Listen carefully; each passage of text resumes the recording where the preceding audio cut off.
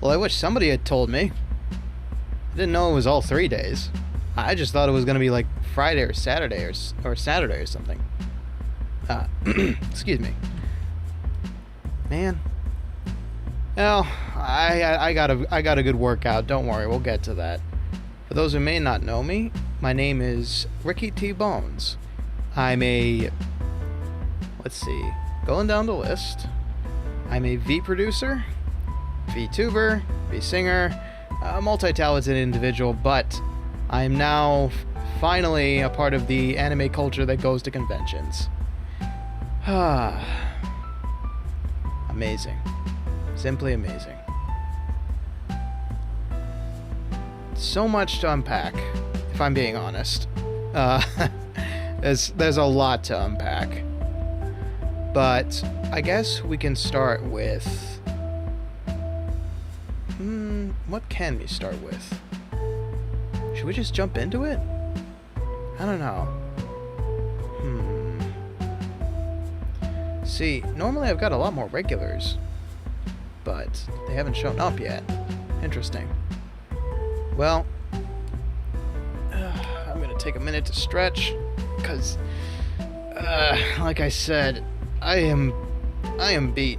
I am beat up. I had to backpack for all of Friday, 10 hours, from open till about 8:30, due to a ride snafu.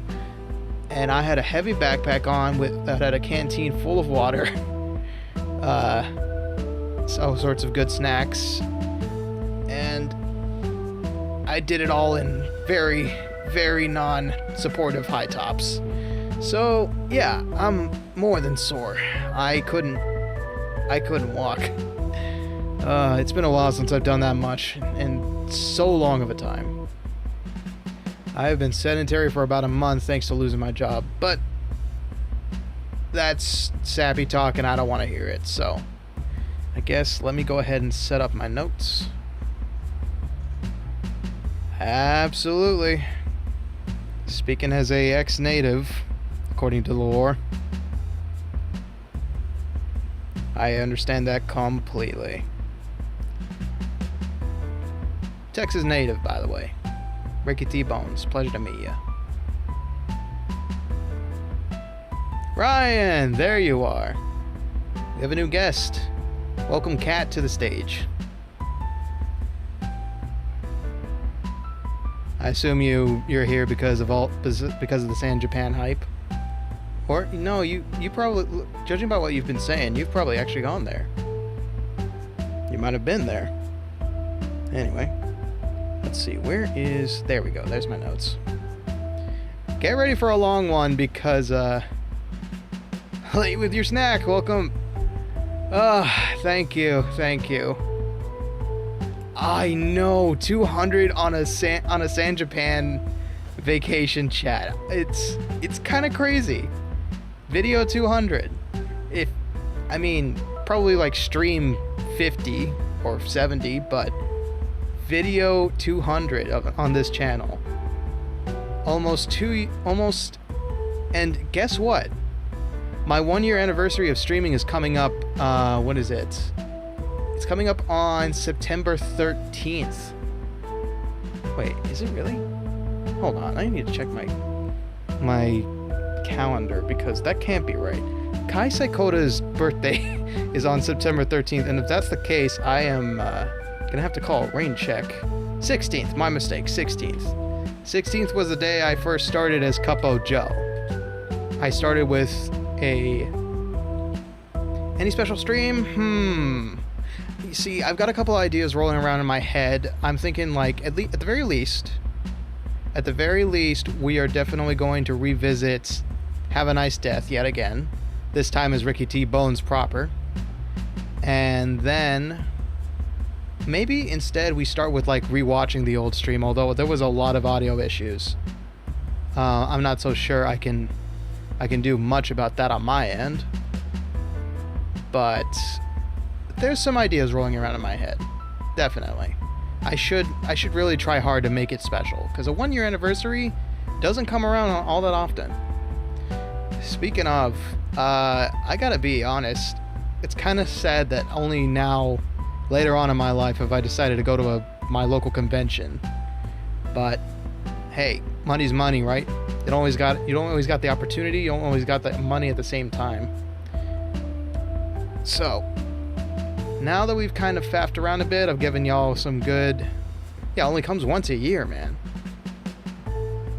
And a 1 year special like that only comes once in a streamer's lifetime, I guess. Yeah, once. Now that I think about it. There's no re-celebrating your first anniversary as a streamer. So, I guess I've kind of given everybody enough time to walk in. I can see my two regulars here. So, if anybody else potters in, I'll try to catch them up as best I can. Right. Let's shoot over to what's usually my game time screen, but I've converted it a little bit into a photo showcase. Hopefully this works out. If I need to resize anything, please feel free to ask. And if you got any questions about what's on screen, please feel free to ask. With that being said, jump, hop. There we go. And let's put on some BGM proper. Where is it? There it is.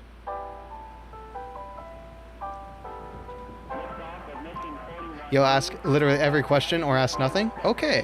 So it's going to be up to me to be finicky about how I describe it then. Also, if the music is too loud, please feel free to say so. Actually, you know what? I want to make that even less loud. Is that good? Yeah, that sounds fine. It just needs to be non-intrusive. That's the key thing. Music seems okay compared to your voice? Alright, then let's begin. So, let's talk about San Japan 2023. I'm so used to saying 2013 because of Killer Instinct. 2023. The year of our Lord, 2023. And my lovely experience quite literally backpacking through it. So, let's start with what was going to be there. Like, what was on the billing? That would be some major events. First off, San Japan has been going on for 14 years now. Assuming it wasn't canceled due to COVID, this is San Japan number 14. And I've been around this earth about little less than double that. So I've missed it quite a couple times. I remember back in the day, my cousins used to always talk about how they were going to San Japan that year. And of course, these are the affluent cousins that have like got the big screen TV. Always loved going over to their house. But I've never really given it much thought because it's expensive. You have to kind of like schedule your life around it. And it's difficult to get into downtown when it gets that clustered. So San Japan was never really on my radar. There was always a bunch of other local events at my like free events at my local mall that I could just go to. But San Japan was never on my radar until I had a very big reason to. But we'll get into that probably at the very end. But I think I already mentioned this. There was a main eventer, a performer that I really admired that was going to play that night. That's the reason I bought the pass so early on in advance. And by the way, the music is provided by the Relaxed Movement, a DMCA copyright-free lo-fi channel on YouTube. Fantastic stuff. You do have to request permission if it's commercial use, but if you're unmonetized like me, there's no issue whatsoever. At least I hope so. So, at the event, we were expecting to see VTubers. Big names. Merriweather of Merriweather Media made an appearance. 3vSojo, big names, made an appearance. And a bunch of other amazing people like voice actors, such as, and I forgot to look up their pronunciation now that I think about it. Fred Tatasciore, or Tatasciore, essentially Soldier 76 from Overwatch, if you're looking for an obvious reference. Ricco Fajardo. I hope I'm pronouncing your name right, because you were a very lovely gentleman to watch. For me, he was the voice of the main protagonist of the main love interest in Tomo-chan as a girl. So I was like, wow. And I discovered that as I got to see him live in person. Anyway, we'll get to that in a second. Man, I'm jumping ahead so much. And of course, the blooper star of screen and anime television, Eric Vale, the voice of Phoenix Wright in the cartoon in the anime adaptation. Friggin' stacked for guests, man. There was a bunch of other great guests, but you can look up the full listing on sanjapan.com. I've linked the website down below if they haven't changed up the listing. But let's see, what's the next slide? Oh yeah, this was taken from the official Sanjapan Twitter. That's how you do VTuber panels, is that you get everybody on a big screen, and Zentrea on the right there is repping HEB, a local grocery store, as well as an off-screen Whataburger sign. And that is Nags TV, if I recall correctly, doing the panel. So that's another big name. And this was one of the things I was excited for, and slightly wished I had participated in. There's a local gaming esports chapter called Texas Gaming Empire, and they put on a huge, like, what is that? 1, 2, 3, 4. Wait, no, that's 1, 2, 3, 4, 5, 6, 7, 8, 9, 10, 11, 12 tournaments over the course of 3 days. They had their own little, like, gaming setup just to participate in gaming tournaments. It was amazing. So that's all really exciting. That's all really good reasons to go see it. But I had something else in mind, and it fell through. So I was like, you know what? I'm gonna go for me and see what I see, because in all my years being alive and dead, I have never been to a... Okay. So now that I've gone to one, I think I may have gone to conventions in the past before, but they were like for minor stuff, like trains, video games, toys specifically. I've been to toy conventions before, but this big name, biggest anime convention in Texas, or San Antonio maybe? I don't know. No, definitely San Antonio, because Austin's probably got something up there. I've never been to a big name convention like this before. And it was so nice to be able to enjoy it for the first time, like without any other ulterior agendas. So let's start with some preamble. Let's go ahead and start with the IRL pictures. So, this is the main lobby of San Japan. You could basically get to this from the Hyatt front way, or in my case, I went through like the amphitheater, took a long, stupidly long way by accident, and I ended up at the back of the line. Before that, you know what?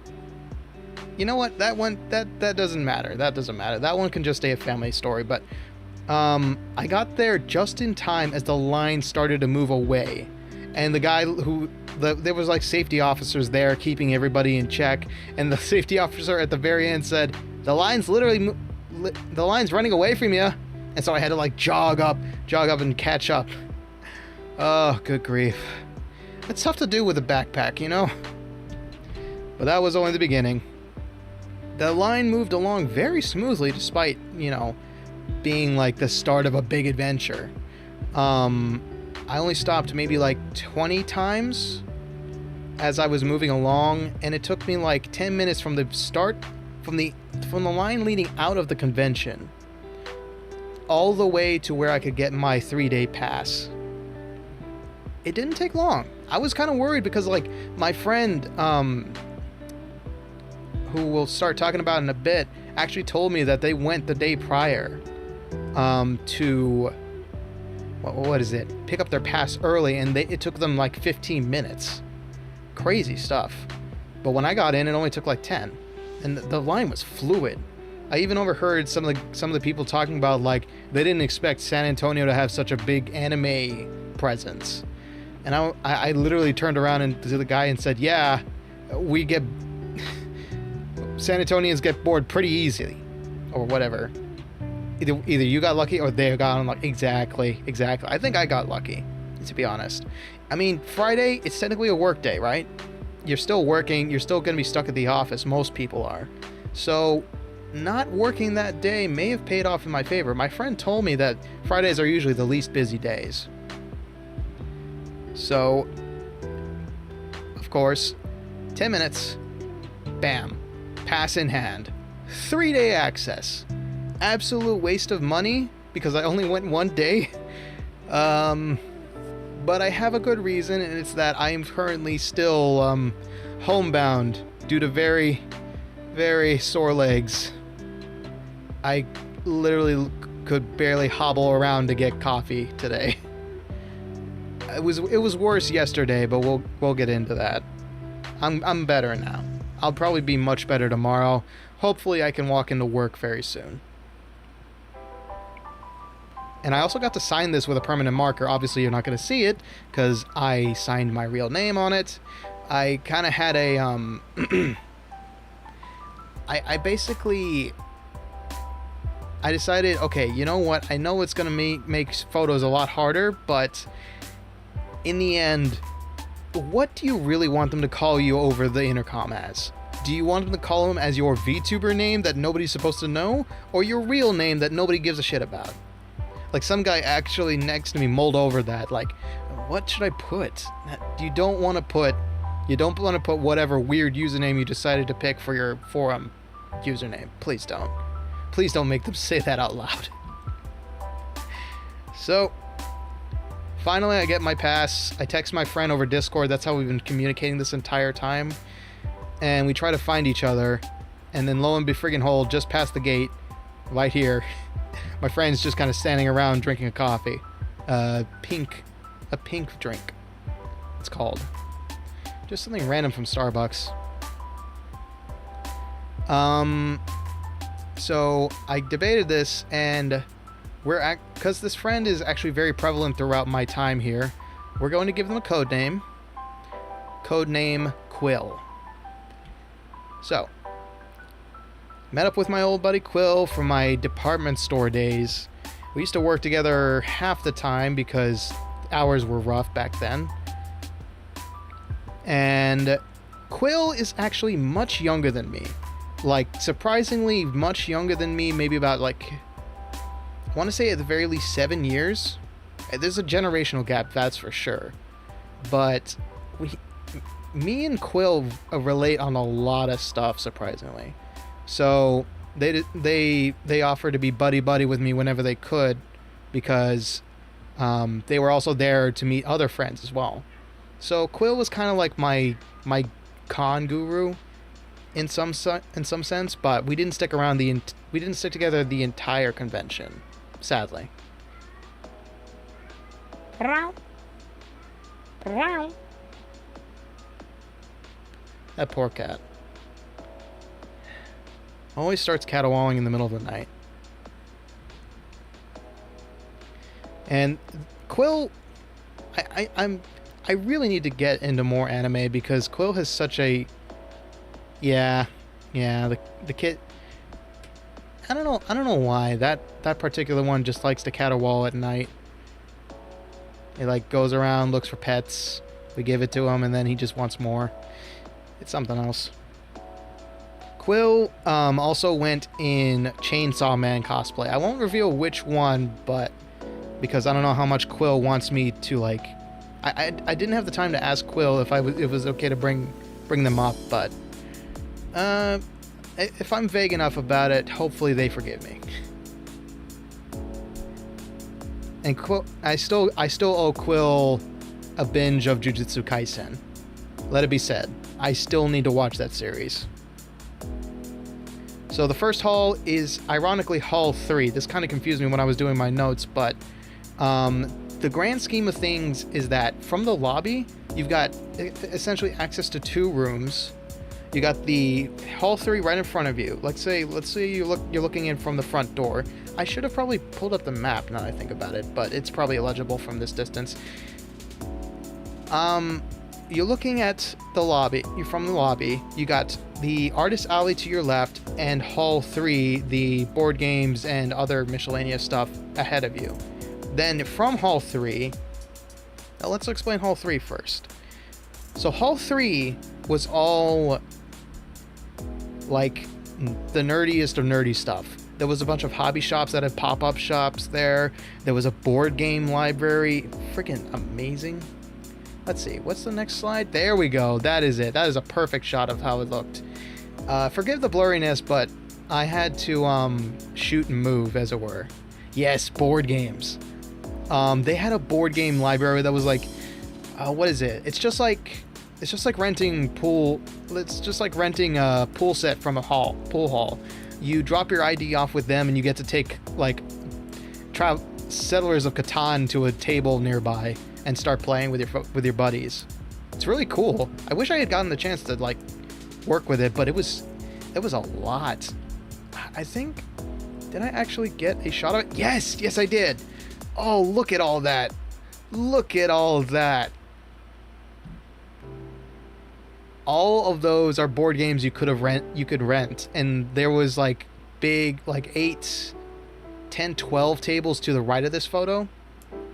These are all probably, I didn't get a chance to look through them, but they were probably everything from old classics you find in your grandma's cupboard to modern day stuff like Pandemic and Risk. And there was also some hobby shop stuff, like looking back here on your left.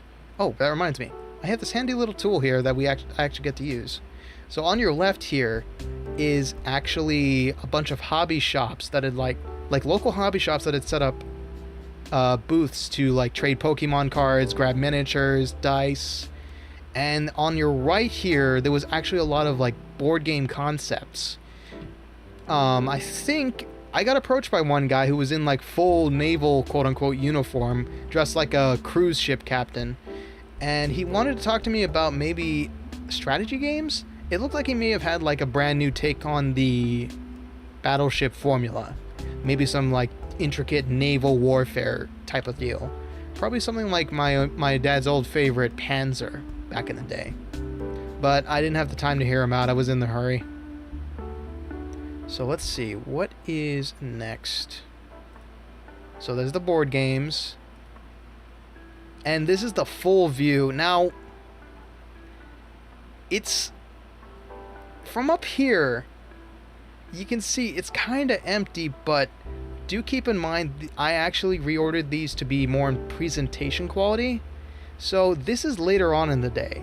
I went back and canvassed throughout the entire convention just to pick up any images I had missed. So this is probably like 7 or 8 p.m. in the evening. People are going home and new people are coming in to go to the concerts that later that night. So Hall 1, Hall 3, it's so full of nerdy stuff. And over here, okay. I do want to pay attention. Where? Come here. There we go. I do want to point attention to this. This section right here. If anybody here is a fan of the Kingdom Hearts series, you'll be happy to know that they were handing anybody who wanted one a foam bat to go and thwack other people with. That chair circle over there is an arena. And at some point I even saw I saw a fully armed police officer who was supposed to be watching the convention go in there swinging. It was amazing. That guy totally was supposed to be doing his job, but he had such a big smile on his face. So freaking awesome. So yeah, that's the gauntlet. That's the what's it called? Oh, I do have to credit who this is by. One moment. This little prop here, this little circle, is part of a free VTuber pack by... Where is it? It's in my props folder. Xaconite. Xaconite with an X. Is that a projection thing back there? This over here, more likely it's just some branding. There was a lot of really cool, like, light art branding that they put all over the place. But projection-wise, there wasn't any projectors in here. Moving on, if I can. Okay, so that's 6 of 6. I had to split all of these images up because I found out that OBS Studio has a limit of 9 to 10 images per slideshow. So this is kind of awkward and jilted. So, now, the first play, after me and Quill kind of just faffed about how they're going to go bumping out some other friends. They're going to go to a couple cons, get some signatures. We chilled and chatted about like anime for a little bit. We went to the section on the right, which I mentioned before, is the gaming section.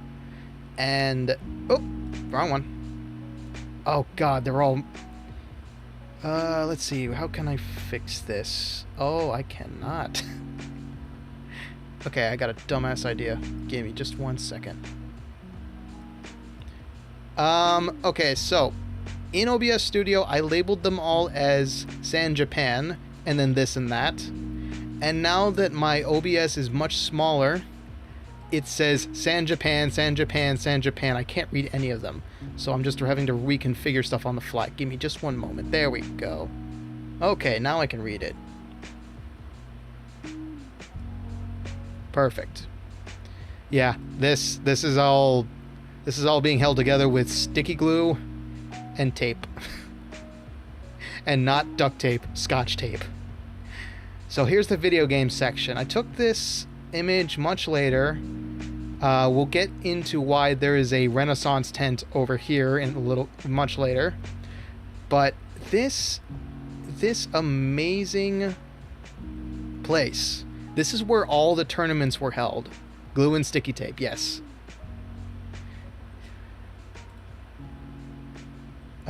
There we go. And this is the...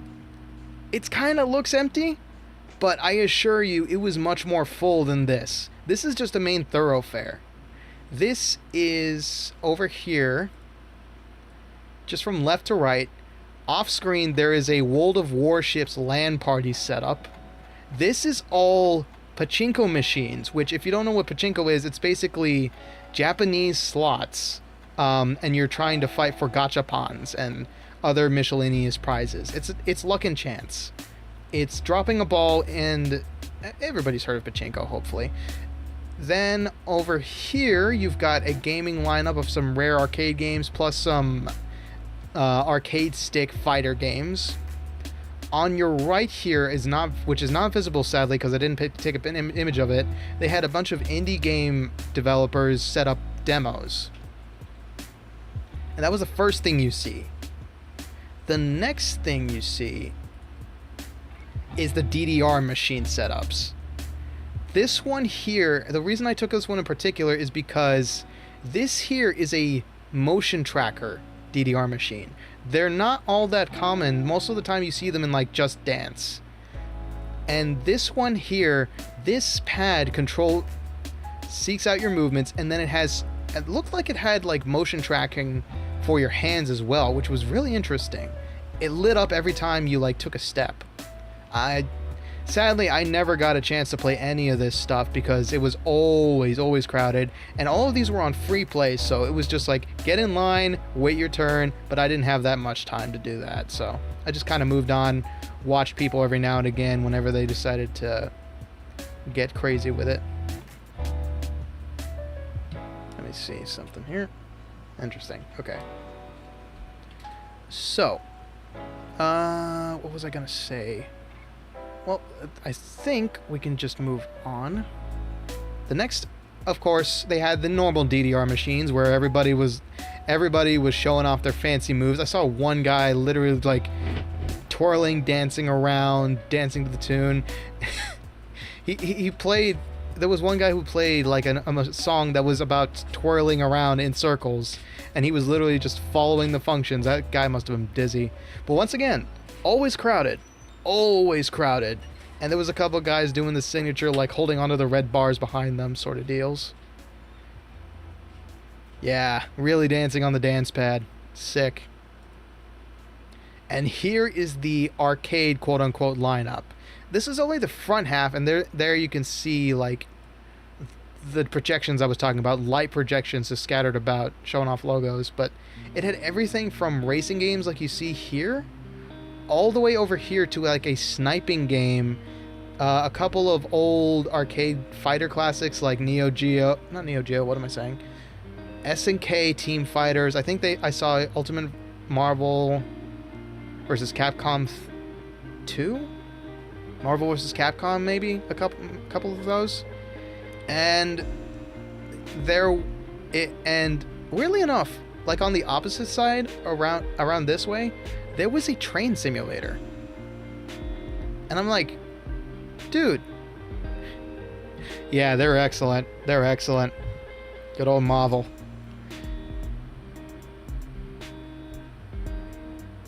Oh yeah.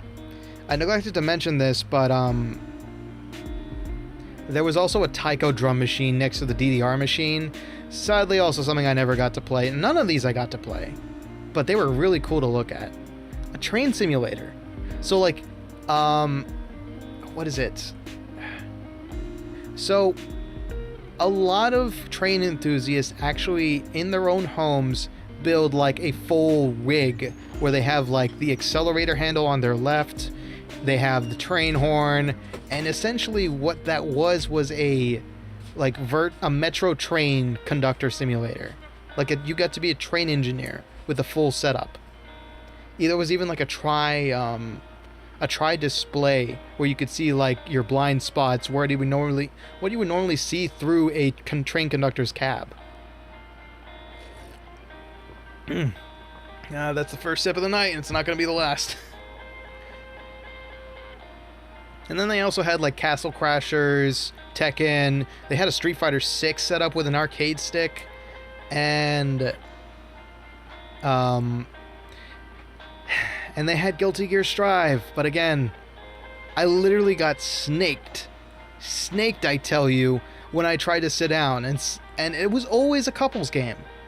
It was either two dudes having fun, guy and a girl. It was always like, it was meant to have two people walk up and say, hey, you want to play? And say, yeah, all right, sure. Maybe not for randos like me, who were just flying solo. And Quill is, as far as I know, doesn't play fighting games, so I didn't bother asking them. Speaking of Quill absolutely dominated on the friggin' Japanese rhythm game section they had. Now, Quill's told me before that they actually do band back in school. I think Quill back in high school did a bunch of like drum section and band. And this is all Japanese import stuff. None of these machines you will ever see around the Americas unless it's run by like specifically weebs. It's interesting. And they have a lot more like sensory stuff than you'd expect. Like, I watched Quill play one, I think it was like, what is it? There's one mobile game I can think of that it's like, but I don't remember the exact title. Gura's played it, Yoko Ray's played it. It's a popular mobile game that has like idols in it. And it's got like kind of a keyboard setup, but I watched Quill play it for like there's a keyboard setup, it's got a lot of slide finger motions, the stuff comes screaming at you, you can customize your own band members, and they and you can do like 5-person co-op matches. But I don't remember the name. It's something that comes off the top of my head as Girls Bang Dream or something like that. Band or something. Some weird names like that. I don't know. But it was amazing to watch Quill play because it looked like a conductor conducting a performance. Because there was like, you had to lift off, you have to push down, you have to lift off, left, right, cross over your hands. It was amazing to watch Quill play. And then there was also a couple other ones. There was Project Diva. I watched Quill play that. It sucked because we couldn't hear the music over the crowd. We couldn't hear shit. So Quill was off their game quite a bit on that one. On the other one, much easier because it was like a concave box. Yeah, I know. Of course, Quill wanted to stick around. Quill said they make it a point every San Japan to come by and play the rhythm games there at the gaming section. So I decided, okay, you know what, Quill, you look like you're having fun. I don't want to interrupt you. I'm gonna go over and check out the rest of the floor. So I walk over behind everything towards like the left wall from this perspective. And here is the official center of the Texas Gaming Empire's tournament section. You know, I had cash on me. I could have participated in any of these tournaments. I had enough. I didn't have a skill, obviously. I only know how to play some of these games. I may be okay at Mario Kart, but I'm not tournament level. Super Smash Bros. I'm absolute trash at. I don't even have a main. Guilty Gear Strive wasn't going to be that day. Dragon Ball FighterZ was, but I don't play that. I do want to play that at some point. But I don't know. Tournaments scare me. It's like you don't know which ones are more for like entry-level players like myself and which ones are hardcore sweat fests, to put it bluntly. However, I was considering Squad Strike, which I initially thought was like, oh, it's 3v3, it's going to be casual as hell, it's going to be chaotic. And then I tried 3v3 on my Switch and I was like, nope. I am not built for this. I lost my character within 5 seconds. I played as K. Rool and got knocked around like a volleyball. I am not playing that on screen for me to humiliate myself with. Turns out, Squad Strike is a pick 3. Nothing venture, nothing gain. Yeah. Also, howdy, venture. Wondering why? Welcome to the stream. Yeah, nothing venture, nothing gain indeed. Yeah, it's a shame. But Squad Strike might have been a good pick for me because I enjoy versatility. Most tournament fighters do not. I think I've got 3 off the top of my head. I think I'm okay at Ken, although he's a bad pick most times. I play a pretty mean Ridley. Ridley, I'll say I'm decent at. And then my third pick probably would have been like Captain Falcon. But I don't know, man. I just chickened out. Like until the last minute I was debating it in my head, but no. I didn't have the gumption to. This was the main screen that Smash was being played on by the time it started. The second it starts, entries close, so I had no hope of getting in. Pretty awesome, but I really, really, really wanted to get in on these games here. I just didn't have the time to just wait around. So, let's see. I mentioned all that. Oh, it's funny enough, looking on the calendar now, I actually ran into... I watched a bunch of people play on these, and one of them was a Faust against friggin' Asuka R. It was so weird to see like somebody who actually knows how to play Asuka. Because if you don't know who Asuka is in Guilty Gear Strive, essentially it's a... How do I describe Asuka? So, if you're familiar with D&D and how wizards work, take that concept of memorizing all the spells, their components. A zoner, yes. But you have a spell book of special inputs that you can modify, quicken, slow down. It is like You have to memorize the manual of arms to play that character. And it was so amazing getting to watch somebody who actually knows what the hell they're doing go up against Faust, who is like a cerebral nightmare. It was amazing to watch. But by the time I came back to the rhythm section, Quill was already gone looking for some other friends, so I decided, you know what? I'll go ahead and take the initiative and start heading towards the artist alley. I got nothing to do here in the gaming section just yet. If I want to wait around, I can wait around later once I've explored the entire floor. So I took my leave and I went to the San Japan Artist Alley. As I went to it, I noticed the lobby got a lot fuller. Like, you don't need to think against Faust, you just need to use Unga Bunga Soul. That's a solution for everything in Strive, my friend. Trust me, I've been on the receiving end of that several times. What was I gonna say? Let's see. So, as I walked through the lobby, I was amazed by all the cosplayers I could see. Like, everybody had some varying level of dress up and get up. And meanwhile, I was just kind of in my comfy wear and funny high tops. Oh, funny, quote unquote.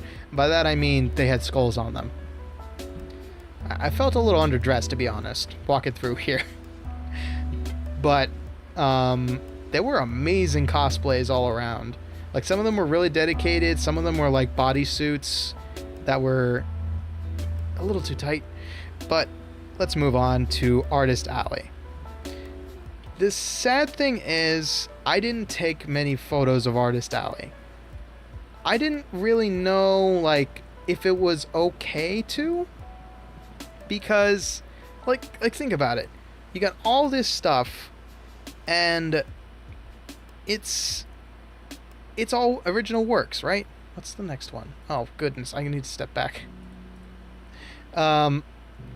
It's all original works. I felt kind of bad, and I didn't really know, like, what the procedure was for taking pictures in Artist Alley, so I didn't really take all that many, but I have a very, very good description of some. So, obviously, we already skipped ahead. I'll go ahead and do it right now. There was some amazing cosplayers in Artist Alley already by the time I stepped in. One of them was the frickin' Watamando. He made it. This cosplayer even made it onto San Japan's official Twitter. If you don't know what Whataburger is, you ain't been to South Texas. It's a wonderful place to be. They changed their recipes a while back, and I'm kind of disappointed of that. But a full Whataburger plated in like French fry cups. Mandalorian. I wish I had gotten a better picture of him, but I felt a little too shy and like weird to be a supposedly faceless person asking for a photo. You can look it up. You can like visit the official San Japan Twitter and take a better look at him. But holy heck, it was amazing seeing him walk around. I also saw like this. I saw Jester from Critical Role, full on like commitment. The blue skin, the tail, the cloak. The merchant from RE4 was walking around. I bumped into him every now and again. And then these guys, I just kind of like trailed in with a train of other photo shooters and took a picture of these guys. I think guy and gal, actually. I don't remember. This is a custom Spartan cosplay team. That package next to him has a UNSC decal on it. And oh my god. They actually had radio. The orange guy had a radio attached to his helmet, so every time he talked, it talked through that radio and gave it like the perfect Halo sound to his voice. Every time he talked, it was perfectly projected. So tremendous, such good commitment to those. I even literally outright said, like, I forget, it was something like, those are really good costumes. Nice effort, man. So, one thing I didn't get the chance to take a picture of, I think, what is the next image? Ah, yes. Okay, so that's a segue. This must be the Netflix version of his Paramount show.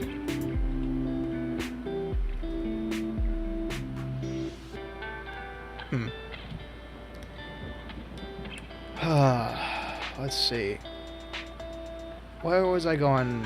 Right. Looking at my notes here. Things I didn't take a picture of, but we'll get to very much later. So, in terms of one other noteworthy thing, they had a wrestling group, an amateur wrestling entertainment group, actually set up a full squared circle, a boxing ring, a wrestling ring in the left corner of Artist Alley.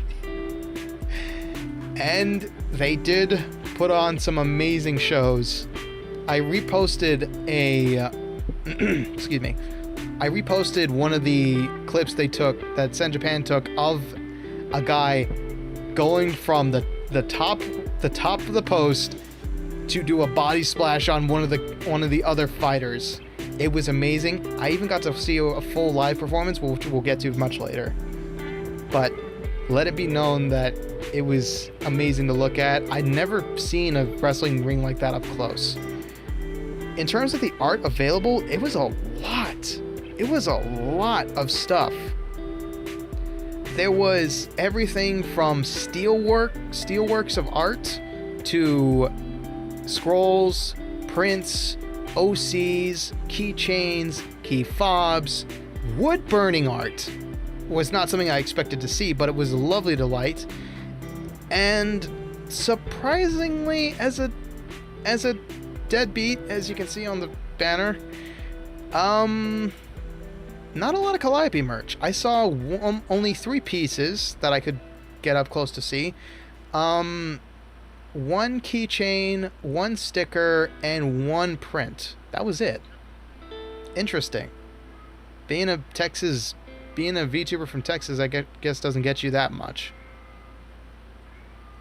But there was a lot of other good VTuber representation. They had something from every corporate entity. They had Niji Sanji, they had Hololive, they had VSojo, they had maybe they even had VTubers I had never heard of before. I didn't see any Idol, but that's understandable because they've only been around for what, like 3 months now? Maybe less? Maybe more? I don't remember. It was bittersweet seeing Mista merch. If you don't know, Mr. Rios recently graduated from Niji Sanji, and it was bittersweet seeing lovely images of him scattered about. There was a lot of good love for the boys from Niji Sanji, and there was actually a surprising amount of Hell of a Boss merch. If you don't know what Hell of a Boss is, you probably avoided it like the plague, because it's a bit of a raw show. Think like Adult Swim on steroids. It's kind of rough, a bit hard to watch if you ask me. But I did enjoy it every now and again. There were all sorts of good stuff. Some cardboard cutouts were set up. I didn't buy anything, sadly. I'm sure it was a lot of like decently priced stuff, but money's really tight right now, and I gotta hold on to a lot more. I did buy some merch, but that was over in Dealer's Alley. This is just the Artist Alley. This is all the good stuff. Of course, there was spicy stuff. I'm not going to go into it, but there was Dockies. There was interesting art. There was very not safe for YouTube art on display everywhere. And we'll move on. There was only one, like, anime in my... Yeah, of course, right? Of course. It's anime. It's an anime convention. People are allowed to be how they like. in terms of stuff I like anime I like, there was a bunch of like mainstream stuff, Chainsaw Man, One Piece, etc. But I think I only saw one piece of a relevant of a relevant show that I liked, Overlord. I don't remember the character's name, but it's like the right hand woman to Ainzo Gon. I forget her name, but she is like the Lamasu? Or no, succubus lady. His right hand woman succubus. Did I forget her name, sadly? I've never been good with names. So, Dealer's Alley at that point wasn't open, so I headed back to the gaming section, and lo and behold, Quill was back in the rhythm game. So, I asked, okay, so I've kind of checked out everything I can see right now. What do you suggest we do? We took a look at the schedule. It was about 12 p.m. by that point, and there was a scheduled VA Q&A, voice actor Q&A panel that was going on second floor. Third floor, technically. So that's where we headed. We headed to the escalators and started doing our usual bullshit of like talking about like the voice actors we do know. Quill was only familiar with Fred Tatasciore? Okay, hold on. I need to look up how to say his name so I don't keep butchering it this entire stream. Tatasciore, maybe? How to say Fred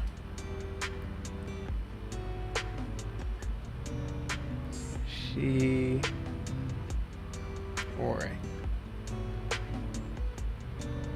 Fred Tatasciore.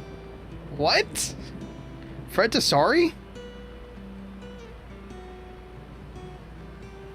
Hang on.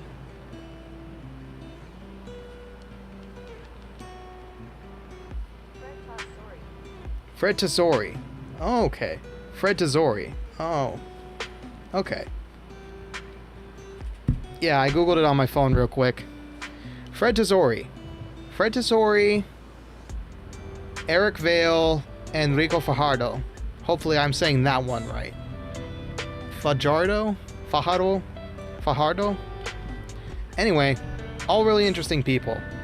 So, that takes us to possibly the longest part of this, of like where we're gonna spend a long time on one image. This, on our way up to the panel, so all of the panels were on the second floor. And we passed by a retro gaming room. This kind of reminds me of a spot I've visited before back in Plano, Texas. There's this one, if you get a chance to go out to like the Dallas-Fort Worth region, there's an amazing place you have to visit called the Video Game Museum in Plano, Texas. It's just a ways away from McKinney, and it's got everything from the first known games to modern day consoles, and it's going to make you feel ancient. Like seeing your entire life displayed in an exhibit. I know I did. But the coolest thing I found there was probably that... What is it? It was probably the Asteroids arcade machines. As if you're not ancient as a ghost. Touche. It was amazing to look through playing that video game museum in Plano, Texas, because you try like the Asteroid emulations you find on like Flash Player websites or plug-in plays, and you're like, what was the point? What made this so special? You don't know it until you go play the damn arcade game itself, that there was point of light displays. Like, it glowed as you played it. It was beautiful to see it in person. Yeah, exactly. Not everybody knows that about the old machines, is that they actually like glowed, which is probably why a lot of the old arcade kids ended up with glasses.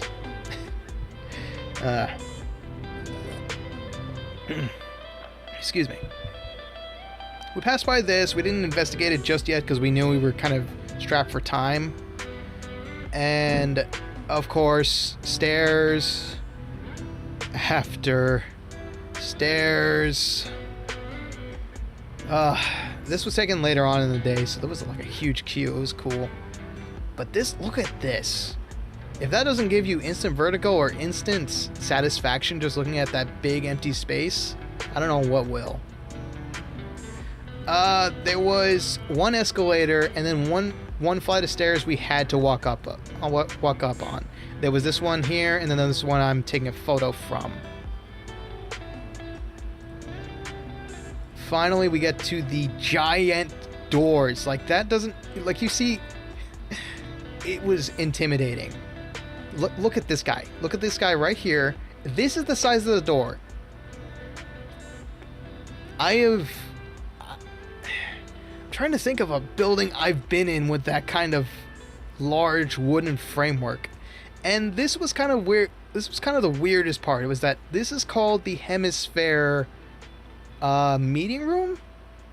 I have to double check the schedule, but the Hemisphere room. Hemisphere is also the place that's located right across from the Henry B. Gonzalez Convention Center this was held at. So I was kind of confused, but this is the Hemisphere room, and over here is where we went to go see the Q&A panel. So we walk inside, and kind of bittersweet, but also kind of cool.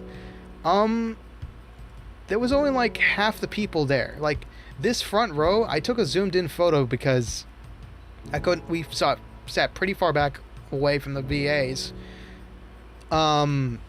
This room was only like the first 4 or 5 rows were filled up. It was a very small crowd for a voice actor Q&A panel, but given that it was early in the day and it was a work day, I guess I understand. But over here you have, let's see. Okay. Should I just explain who's who, or should I put like actual text above their heads? So just explaining who's who. This is Ricco Fajardo. He actually kind of carried the panel. He was very interested to see what people had to say when they came up to the microphone, and it was just pure Q&A. Like, everybody had their chance to walk up. They had nothing to plug, so it was more or less like having a conversation with them. Explainify them? Okay. Yeah, so Ricco Fajardo, I know him from Tomo-chan as a Girl. He plays the love interest. Very interesting voice actor. Oh, after I saw him at the panel. This is Eric Vale right here. He was kind of like, I don't know what to say about Mr. Vale.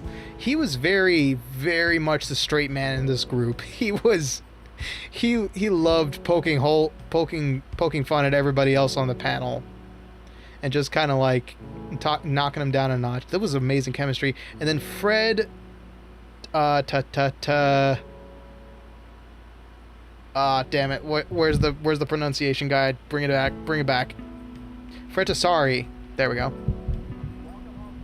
Fred Tatasciore here. And the first thing Quill noticed about Fred was that, wow, he actually sounds like that. He had such a deep, rich voice. It was like always being hugged every time he spoke. He has a very like nice, like gentle giant kind of tone to his voice. It was really interesting, and he nearly blew out my hearing with some of the line delivery he did. So I don't remember all the stuff they talked about, but me and Quill got to sit down and watch it from start to finish.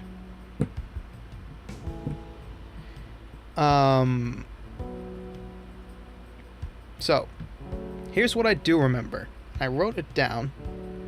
So, like I said, purely a Q&A, nothing to plug.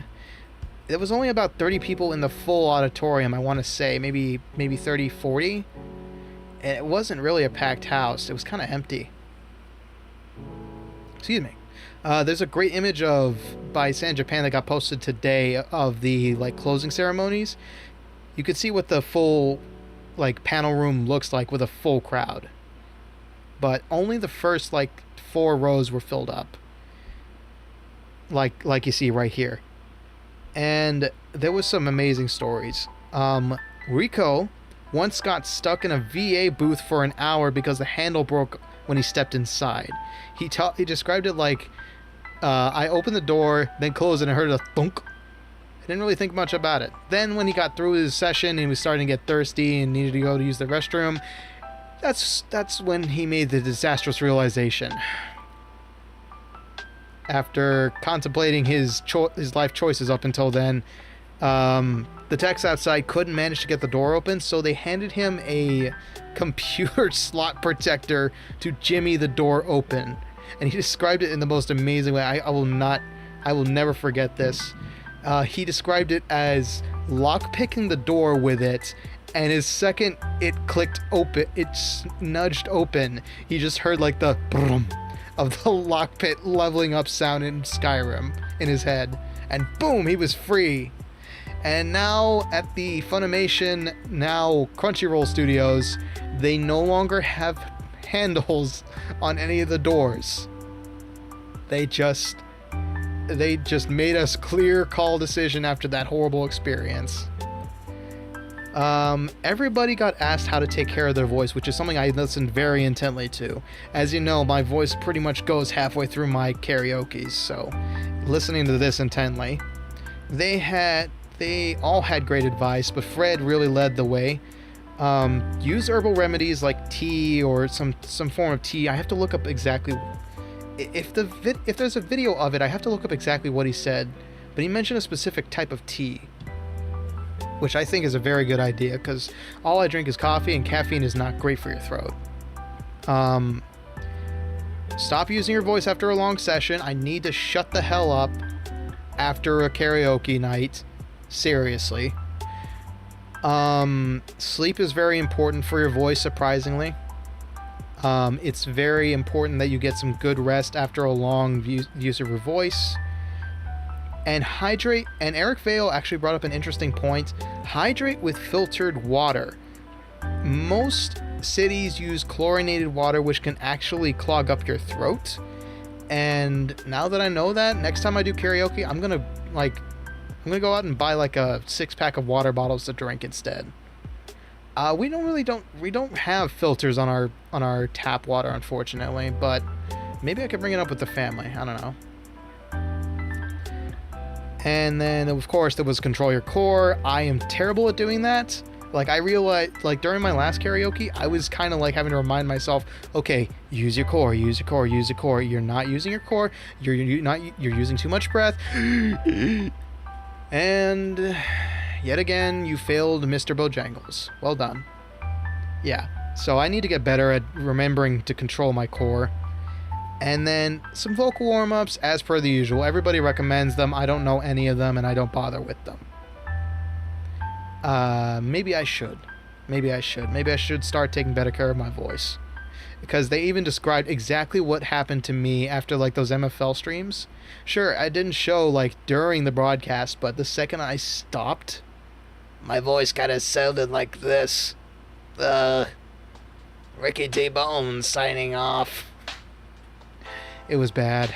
It was really bad. You got a nice preview of it during the, what is it? Hooked on You stream. Yeah, you got a nice preview of it back then. The classic story of voice actor meets video game he played a role in. Eric Vale has tried and failed to play Ace Attorney. In his own words, he was told to press the A button to view court records, and he never got past that point. That means he never got past the very first case. The voice of Phoenix Wright can't play Phoenix Wright. Well, who was surprised? Raise your hands. Nobody? Okay. Yeah. So that was a lovely little anecdote.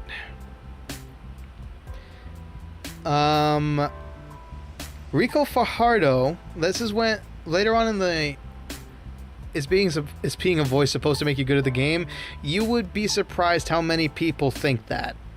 Like, the second you start a game as a character, they think that you know that game. But, yeah, in reality, these are just actors who know how to put on amazing performances into a microphone and then some. They aren't, you know, gamers like us. Although Ricco did say, did mention at some point, he doesn't normally watch his own anime because if he did, then he would have no time to eat. That man is a machine. He hustles as much as he can apparently, and finding extra time afterwards is a bit of a hassle. So, in moving along with Ricco Fajardo, hopefully I'm saying your last name right. I hope so. He was the love interest for Tomo-chan as a girl. I explained that one to Quill right next to me, and that was an interesting find. And he recounted like one of the moments where he was like, yes, this is the role for me, when in the anime itself, the love interest this entire time has been trying to treat Tomo-chan just like he would normally treat his childhood friend.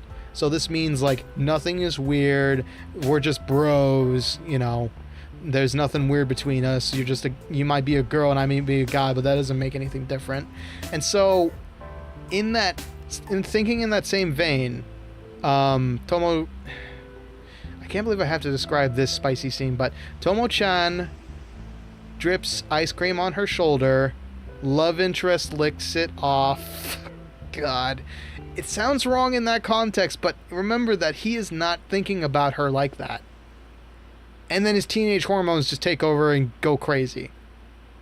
Like he has a reaction he didn't expect from that moment. A reaction that's completely normal.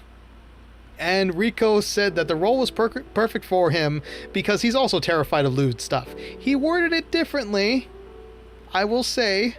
He worded it a lot more bluntly, but I won't recount that in detail here. The actors got asked which character they would like to put in an insane crossover episode. Sadly, I don't remember, but of course Fred Tatasciore took the longest because he's been in the industry the longest. And there was a lot of people who came up like with iPads and phones in their hand. So I'm certain there's going to be videos of this all online somewhere. No waste. That's an interesting way to put it, Mimsy. Eric Vale. So everybody got asked.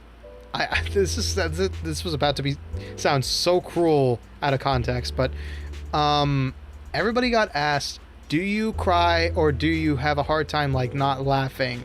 Do you like cry during emotional moments in your anime you're voicing? And the answers were Eric Vale doesn't cry during line reads. Damn, that's a bit cold, but I mean, it's just text on a paper. You don't really read, like, you don't always have visuals, so it makes sense. I think he described it as like he didn't laugh during line reads most of the time because he had to do it during COVID, and that would be all home theater stuff. Ricco once hugged a fellow actor after recording the roughest scene imaginable. I think it was like losing somebody in your arms or something like that. And then Fred almost got traumatized by like playing a gentle giant or gentle beast, losing a dear little young buddy. I was like, damn, they make you read this tough as shit. That is hardcore. Whew, that would make me cry, man. All of those moments would make me cry. So, interesting point. Eric Vale does know about the popularity of the Phoenix Wright bloopers. He's very well aware, and he explained that the reason they exist is purely because he was getting bored with the lines he was given. Like, he was just like looking at it and was like, what is this shit? Okay, just roll it. I'll get it, and then we'll try a couple other takes. Sorry about hitting the mic there. And that's when he just faffed and gaffed and tried to make the best of his situation, and really and created all those amazing clips you can find on YouTube. If you just look up Phoenix Wright Ace Attorney bloopers, it's a gold mine. It's not very much, but it's a gold mine.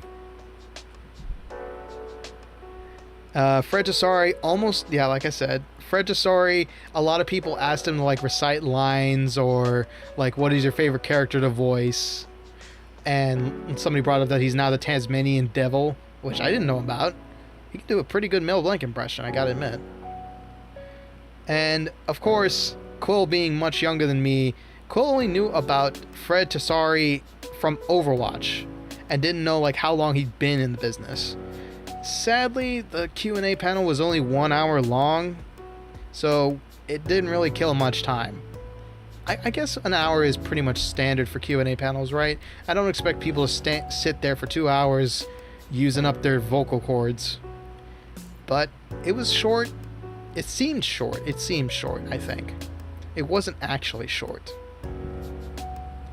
But the voice actors thanked the people who stood in line. They answered everybody's question as best they could. There was only one cringe fellow, and I won't go into detail on that because I don't exactly remember it, but it was a good panel. It was a good panel. I learned quite a bit. I got to hear some interesting voices. Like I said, Ricco was really animated. Eric Vale was like shooting everybody down and pointing out amazing like oddities, and Fred was just there to have fun. Fred was always was having fun, just like existing, and he needs to learn how to not talk into the microphone, please. It hurts. I think we were like right next to a speaker and everything. Sadly, Quill and I had to split up again because Quill, one of Quill's friends arrived that they needed to drop off a hat that they had borrowed from him by accident after a late night drinking. So we split up again. I got mistaken for my brother in the bathroom. Apparently, and Cake, I confirmed this with Cake later. One of Cake's co-workers actually went to San Japan, and I had a mask on. I was in clad black. Like Cake normally wears like darker colors and such whenever he's casual wear, and this guy thought I was Cake. Like, he said his name out loud, and I was like, no. I thought it was weird that you said my brother's name, but no, that's not me. I don't know which Cake you're talking about right now, but it ain't me, buddy. And later, only later, like after the day after I had gone to the con, I talked to Cake and asked, hey, was your buddy wearing this and this and this, or was he dressed up like this? And he said, yep, I can show you the Instagram post. I was like, cool. I got mistaken for you at the con. We don't even have the same build, man. I don't know why, but everybody keeps calling us twins. We are not twins. We don't sound alike. We look a little bit alike now that we share the same hairstyle, but we do not look or sound alike. We are not twins. Please, leave us alone. I don't know. I don't even think we have the same eye shapes, but I could be mistaken. I've lived with him all my life. He's lived with me all my life. We could never see that. So before heading back down, I finally had the chance to check out. I took the opportunity to check out. You can relate. Uh-oh. That's unfortunate. Yeah. I don't know. You spend all your life with a sibling. Maybe it was the apparel? See, that's what I'm thinking. Because I was wearing like all black denim. Cake usually likes to wear his black denim jeans a lot of the time, but he and I have very different stylistic choices. Cake likes to wear it close to the body. He likes stuff to be tight enough, and I like stuff to be loose. With a real twin. Oh, wow. Interesting. Huh. Didn't know that, Mimsy. Yeah. It's weird. We're just brothers. We're even a year apart. But that's cool, Mimsy. That's cool. That's also unfortunate. Thankfully you understand my pain. That's nice to know. That's nice to know. So, finally, I had the opportunity to check out the video game museum. And same with different styles. Right. You just like... It's night and day between the two of you, and nobody can understand that because they look straight at your face, and they're like, oh, You're twins. I'm trying to be as different as I can be. Please don't say it again. So I finally checked out the Retro Game Museum, and I instantly felt ancient. There were consoles on display, like, okay, over here, this is a Dreamcast. Cake has a Dreamcast in his room right now, gathering dust. This is a PlayStation 2. My PlayStation 2 is somewhere over there, to my left. They had some SNES games.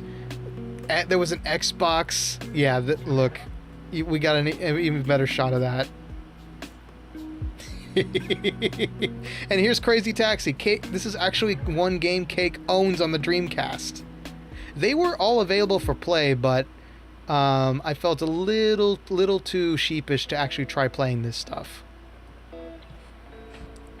So yeah, Cake actually has a CRT just like this. Or we had an SCRT kind of like this back in the day. I don't remember what I played on it though.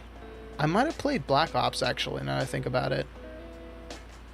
But yeah, it was a amazing little slice of heaven. Let's see. Yeah, and then we got even crustier, even older. We went into like the Apple II era. We went to my dad's technology. This is the stuff, because my dad lived around the 70s, and his lifetime was around the 70s and 80s. Like, that's when he spent time as an adult going between offices. And this is probably the stuff he would have worked with.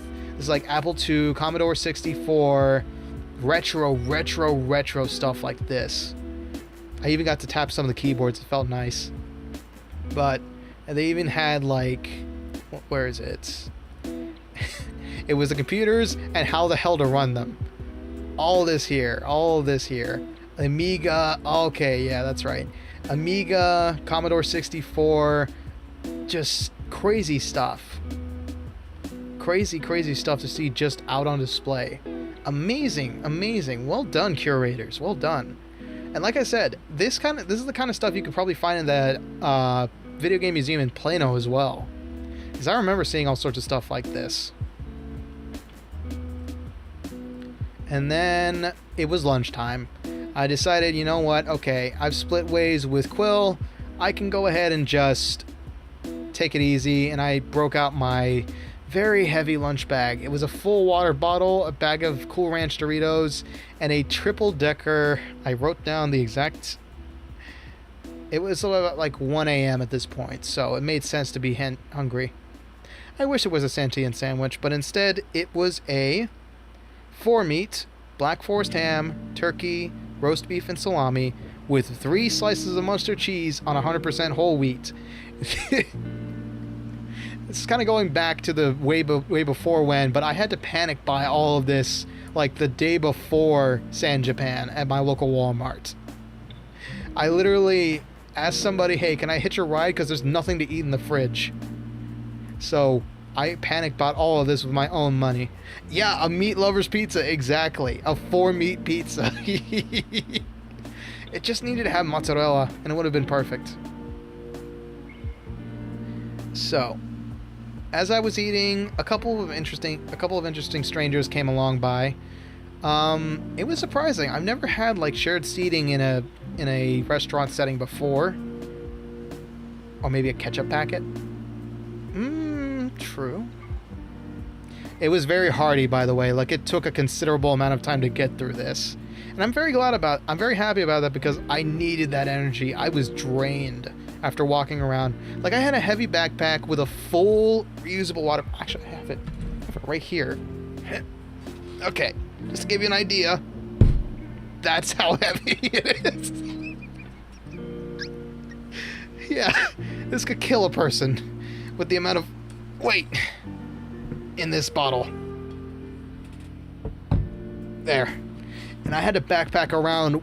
I had a backpack around with that slung on my right shoulder. A lunch bag full of good stuff. I had a dice bag. A notebook, a sketch bag in case I decided to go get signatures. And I think Is that it? Yes, that's it. Yeah. It's a... yeah. It's a reusable water bottle from somebody I like. But yeah, it took a considerable bit, so every now and again somebody stopped by at my table to eat their own lunch. A guy sat across from me with a really expensive looking camera, but the second he sat down and got everything situated, got his lens capped. Excuse me a moment. What's this? I got boop-upped. Don't switch. Oh. From good friend.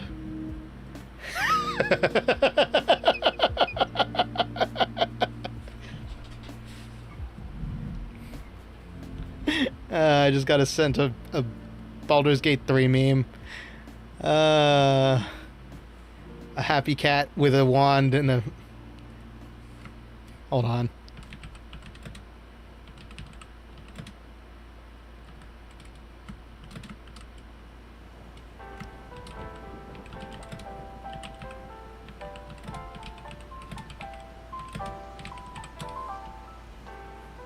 There we go.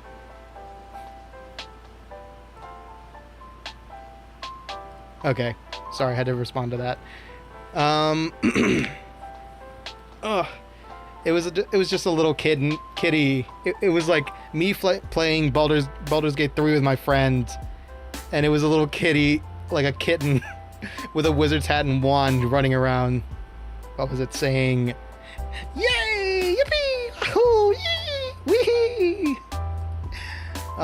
I've played only a little bit of Sorcerer in Baldur's Gate 3, and it's fun as hell. Like, it's so fun. I've forgotten how much fun it was, like, having a loaded freaking flamethrower every time you wanted to throw a bolt. It was good. Where was I? Right. So, camera guy sat across from me, and as soon as he got everything capped up, he actually pulled out a black Game Boy, which I initially thought, okay, that's understandable. But then I watched him pull out a cartridge from it, and it was a Game Boy Advance cartridge. That dude bought a Game Boy style Game Boy Advance. That was sick. And he was playing like a Kirby game on it. There was some other people that dropped by. I saw a lot of people like in cosplay, sharing tables, chit-chatting every now and again, but my table didn't really want to talk to me. Maybe you'll see it someday, but if you ever see me in real life, let it be known that I have the eyes of a ghoul, and I have the furrowed brow of an angry man, like all the time. If you look at me IRL, you'll think that, wow, that guy needs a hug. It does? Okay, let me adjust it a little bit. I might be able to fix this. Let me set it to something a little more stable. Alright, dropping it a little bit. Thankfully, it shouldn't affect it just because we're looking at still images. Third time so far? Okay, I've been noticing it on my end too. We've dropped the quality just a little bit. Bushy brow? Technically, yes. I got thick eyebrows, that's for certain. Unibrow? No, not quite. But I do look a lot angrier when I look angry. But I got, like...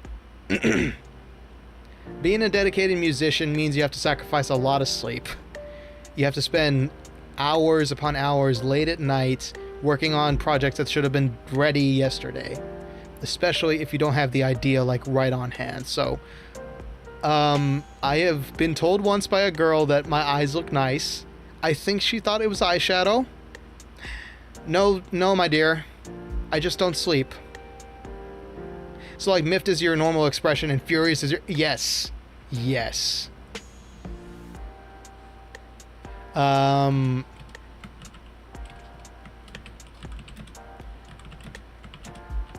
on. Just gotta respond to something.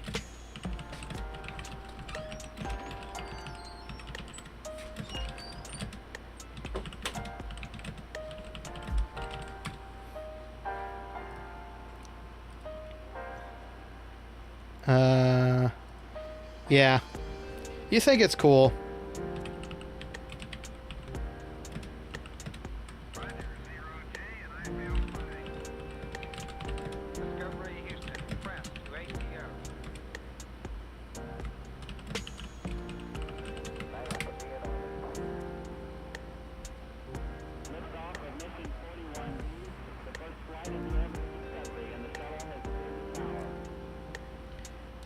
Sorry. Well, what are you supposed to say about that? Nothing. Comment as you like. I see it. Hello, Noon. This is my friend who was DMing me. A bit tipsy and excitedly talking about Baldur's Gate 3. Oh, good lord. Oh, phew. Oh. That's fun. That's a fun sound. Yeah, so we were just talking about how I look. No, you're good. You're good, bud. You're good. I've been out for about 3 days now, so it makes sense as maybe this kind of snuck up on you.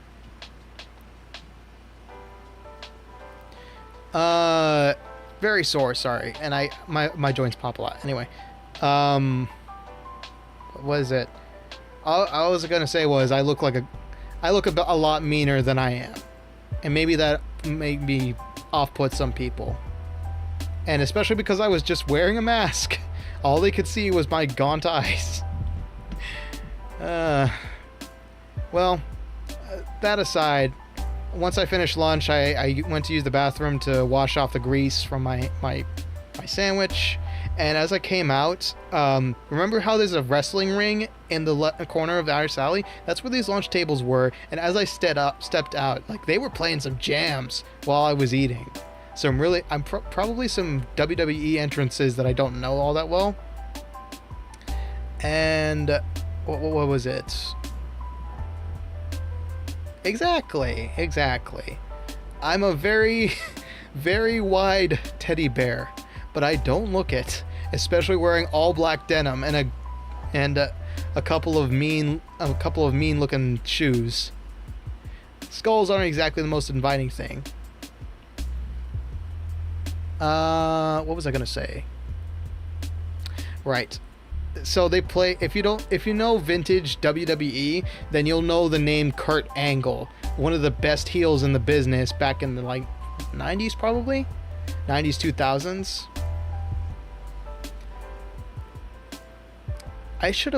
I might actually pop in a photo of what I got to wear. Now that I do have an iron rope. Let's move on.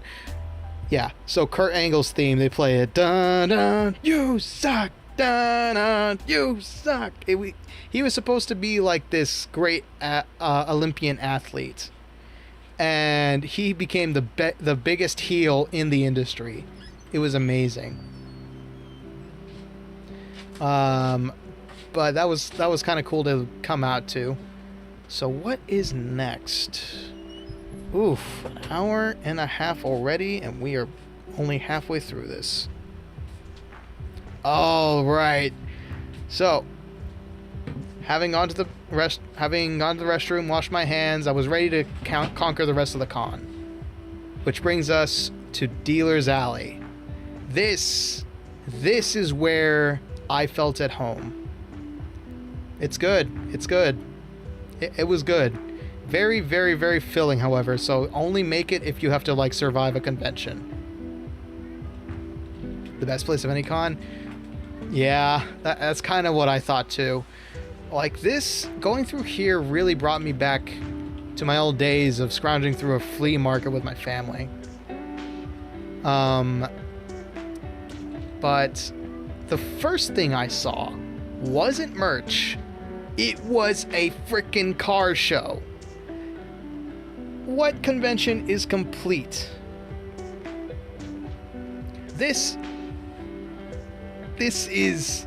What convention is complete without a weeb rap car rap show? And I took a lot of pictures of this, but this was probably the best one I could scrounge up for this event. And I took a couple pictures of some noteworthy ones as a Holo fan. There were 2 Gura cars, Gura, the biggest VTuber out there. 2 of them. And really sick designs on top of that. Then you got a Gengar. A friggin' ghost of love. Anybody who loves ghost types are gonna love this car. Purple. I know, it's so friggin' cool. Then we have Usada Pecora haunting us with a miniature car. A oxymoron. Fauna is the keeper of nature and a known green activist. Ice types of purple is your favorite color? Understandable. So, and of course, Crony was along for the ride. And then, friggin', look at all this. Look at all this right here. Not only were they wrapped up, but they were showing off their fan merch too inside the car. All the Hololive plushies they had were on display. There was a little Dino Gura, some Kiara figures. It was a really, really amazing like show of force for the VTuber community. I was thoroughly surprised like how much of this stuff there was. Like I saw a lot of Hololive cosplayers left and right. Vishojo, Niji Sanji. It was interesting. Like I didn't expect. I guess I feel like VTubers as a thing are really kind of a niche culture in a niche culture. I don't know if anime and VTubing really lend each other their strength. I know they're like the same origin point, but there's a difference between watching a TV series and watching a real person with a animated avatar, at least in my book. And well, let's see, which one are we on right now? We show one. Okay. Then the big hoss. A freaking 18-wheeler with an anime lady on the rear. Who the hell got this in here? That yeah. And of course, it's got a freaking Chainsaw Man character on the back. Nobody's gonna see that. Once you hook up a trailer, nobody's gonna see that. But it doesn't matter to this individual. That is so freaking... Like, Optimus Prime can only hope to be this efficient. And then, I actually got an accidental candid photo.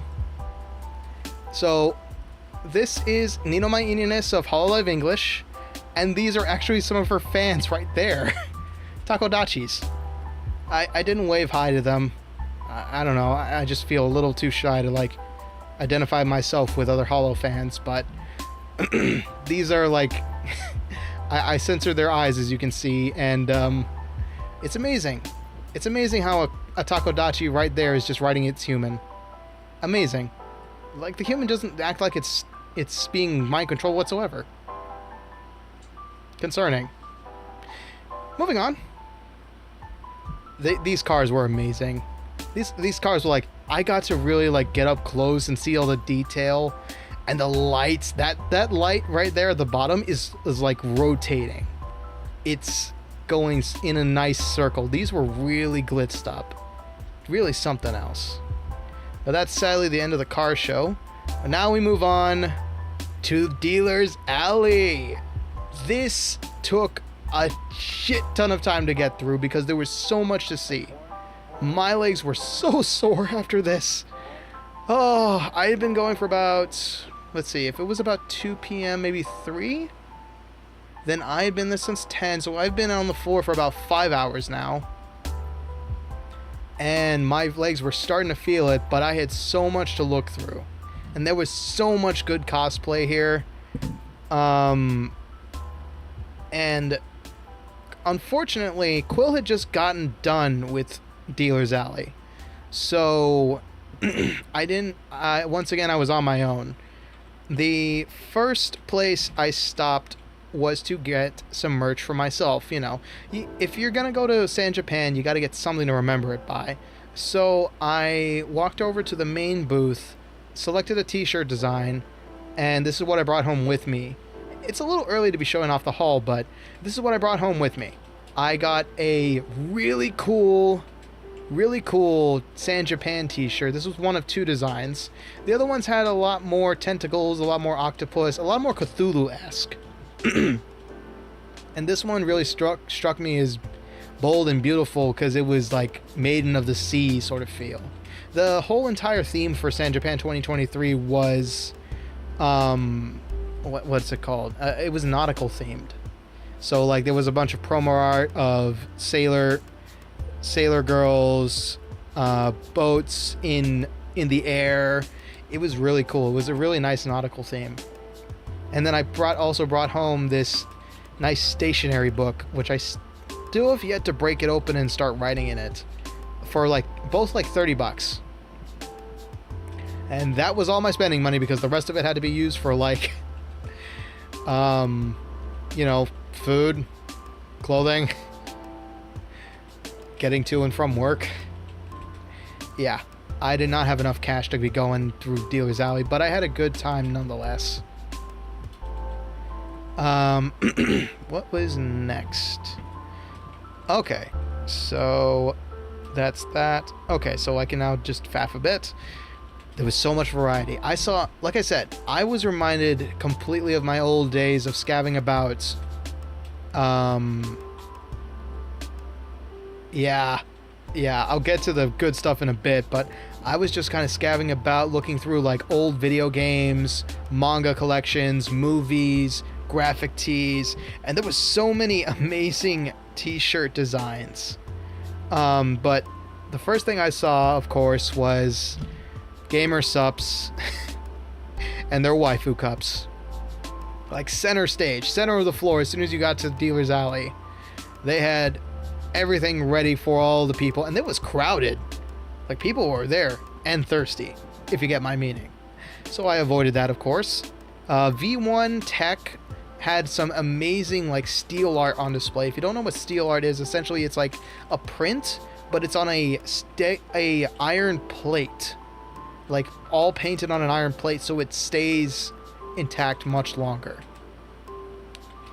A lot of VShojo prints because VShojo was actually sponsoring them, and they were making an appearance. So of course he had to rep the main breadwinners there. The VShojo meet was also right next to the Gamer Sups desk, but it wasn't quite time for the meet and greet.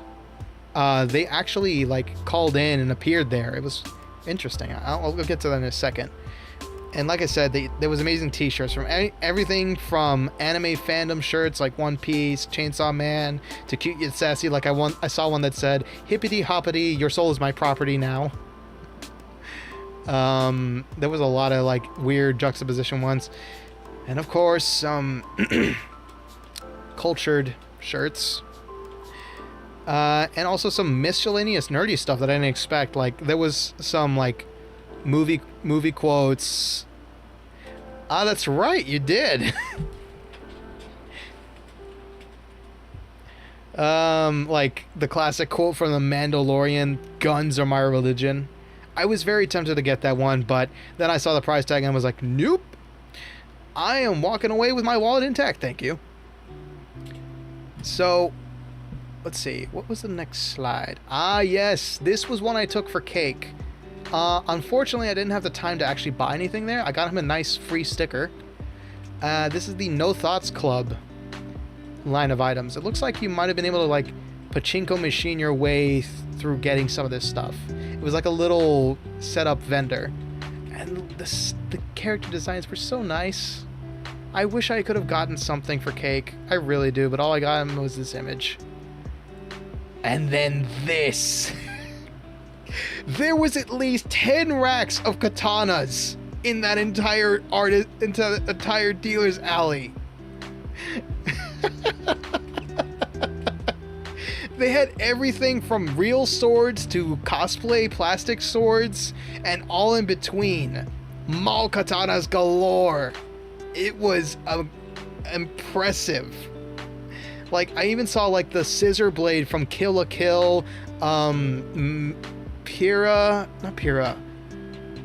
and Pyrrha's swords. a couple of other ones I don't remember. The Buster Sword, obviously. And there was some interesting choices in accessories. Namely, leather.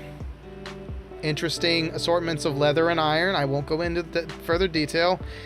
And damn, I was impressed. There was a very nice, like, sharp tooth mask, kind of like how I designed my my demon character back when I was Capo Joe. But I don't normally wear masks except for like this convention, so I was like, nah, that's a waste of money. But like I said, man, it was so nice. It was like back in my old days when I just wore worn out sneakers and walked with my family looking for like new Game Boy games to put in my Game Boy Color. It's a good time. You're used to wearing masks now? Everybody is. Everybody is. And again, tons. Like, as soon as Dealer's Alley opened, all the cosplayers went there to see if they could upgrade their equipment. I saw 3 Guras from Hololive, 2 Mumeis from Hololive, some full body paints, like full blue demons, a lot of Chainsaw Man, which, understandable. I basically, I looked at Quill, who was dressed as one of the characters, and I looked up the character. I was like, oh, all you have to do is wear a black suit. Yeah, that makes sense. That makes sense why that's easy. There was some brave ones though, like ever since the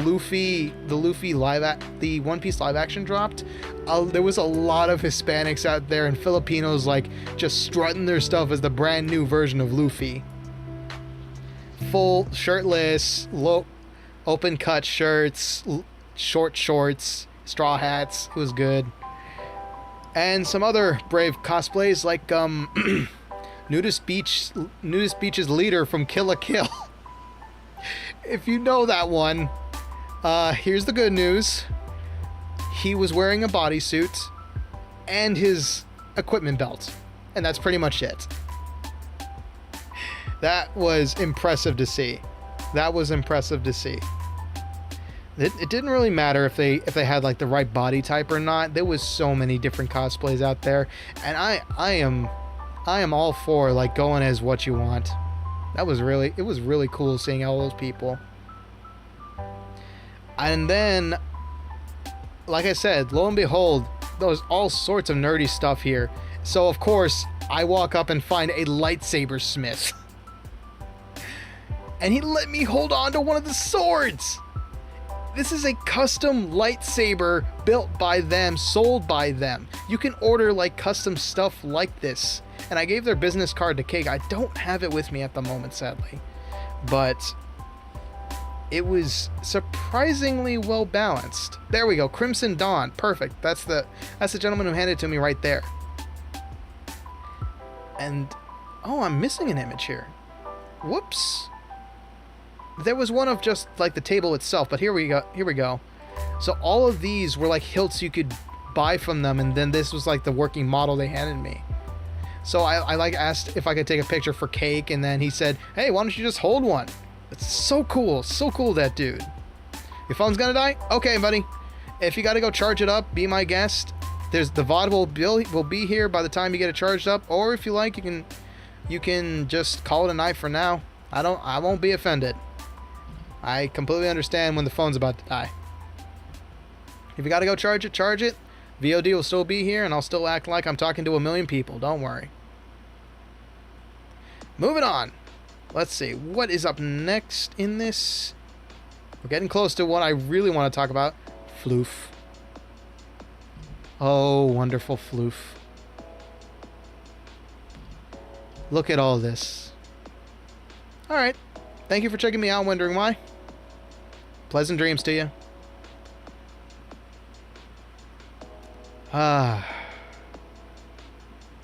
The funny thing about this photo was that over here on the left, 2 lovely ladies saw them and were immediately magnetized to them, and they only stopped short because I was about to take a photo. And then they were like looking at me like deers in a headlight. I mean, we're all introverts here. Not everybody likes their picture taken. I know, plushies. Ugh, if only I had enough money, man. I know Cake would love all of this. In fact, I'm probably going to send this to him and taunt him. Taunt him for not coming to San Japan. Maybe he'll join me next year. If we have the money, that is. And, you know, amicable circumstances, that's like a year from now. And then magic happened. As I was leaving Dealer's Alley with my Noon, trust me, it is worth your time. Like, even if you don't go in cosplay, it's worth your time because there's so much to do, so many interesting people to see, and although you're gonna be drained after the day you go. Oh, you haven't been in years? Oh, right. Yeah, okay, makes sense. Yeah, I get you there. That's how Liz... Oh, okay. Oh, okay, yeah, that's right. Okay. Interesting, okay. Yeah. But this was probably one of the most amazing things I got to experience at the con. Was a live wrestling match. I've mentioned this several times about the squared circle located in Artist's Alley, but I managed to come back through just in time to hear bodies slamming on the mat. It was a proper match. Oh, I forgot to mention one more thing before we move on. I got a little too excited to talk about the wrestling match. So let's go ahead and go back here. So, in addition to what you see right here, there was also... That was well over a decade ago. Yeah, time flies. The last thing I'll talk about Dealer's Alley was that I had a good old-fashioned boomer laugh at a guy dressed as a character from Spaceballs. There's these African-American henchmen who they go to like a parody of Tatooine, and they're busy combing the desert for the heroes in question, and they're literally combing the desert like with a full flat face comb. And so the Darth Vader parody says, "Well, have you found anything yet?" I said, "No," and the guys holding the normal cone say, "No, sir, we have not." And then the African-American guys say, "We ain't found shit!" And they're just holding a regular Jerry comb. Well, this guy was dressed as one of those guys and holding an oversized Jerry curl comb. It was amazing. Like, it was a really good cosplay, and then on top of that, the prop work was amazing. Of course, there was autograph booths. I saw Ricco and Fred across the way, but I don't know. I'm not that kind of fan. I don't really like go autograph hunting. And there was a hentai corner. I avoided that. And on the way back, after checking out all the vendors, I actually passed by the V-Sojo booth as they were doing their meet and greet, and I actually got to overhear like Zentreya and Haruka chatting with some fans. There was a sizable line. For a first day crowd, there was a sizable line. It was interesting. You know, I've never been that close to like a proper VTuber before. I mean, I know I am one, but an agency one. I have never been in that close proximity to one of those meet and greets before. And then again, this has been a convention of firsts, hasn't it? And then now we can move on to the part I really wanted to talk about. The wrestling match. I got to be in a crowd of about, let's say 15 to 20 people watching a classic heel versus People's Champion match. It was amazing. I missed the entrance, but the fight had barely started when I got there. I wanted to play a video from Twitter, but I don't want to do that in case I get somebody pissed off. So go look at, if you can visit either my Twitter, because I reposted it very recently, or you can look at the San Japan Twitter for a flying frog splash from like the top rope. But what I got to see was like, okay, let me go ahead and actually zoom this in and show you something here. This this right here, this is a this was a nerdette dressed in like ripped hose, short shorts, and a graphic baseball tee, and this lunkhead over here was full on like antagonizing the crowd, making fun of nerds and how they're being like old, like fat and sedentary. It was a delight to hate him. And they were both amazing. They were both amazing athletes in there. The experience was so amazing because I got to hear all the classic crowd chants, like the clap to send a little support to the, like that. Like, just imagine a full crowd clapping in sync to give a fighter they like support, or was it the boos and jeers from the crowd. It was so nice to be on the inside of that. That was the first time I've ever got to be in a live event like that. And the fight itself was stupidly awesome. I got to see back and forth the heel antagonizing the crowd, several crowd source comebacks, like a submission hold that had to be broken with the rhythmic clap going crazy, and of the moves, I saw a rebound leg lariat, like throw your opponents into the ropes, slam, throw your leg right into them, flying elbows, backbreakers, a friggin' hurricanrana, a leg trap hurricanrana, a throw by trapping your opponent in the legs. It's the what is it? What shit? How am I forgetting his name right now?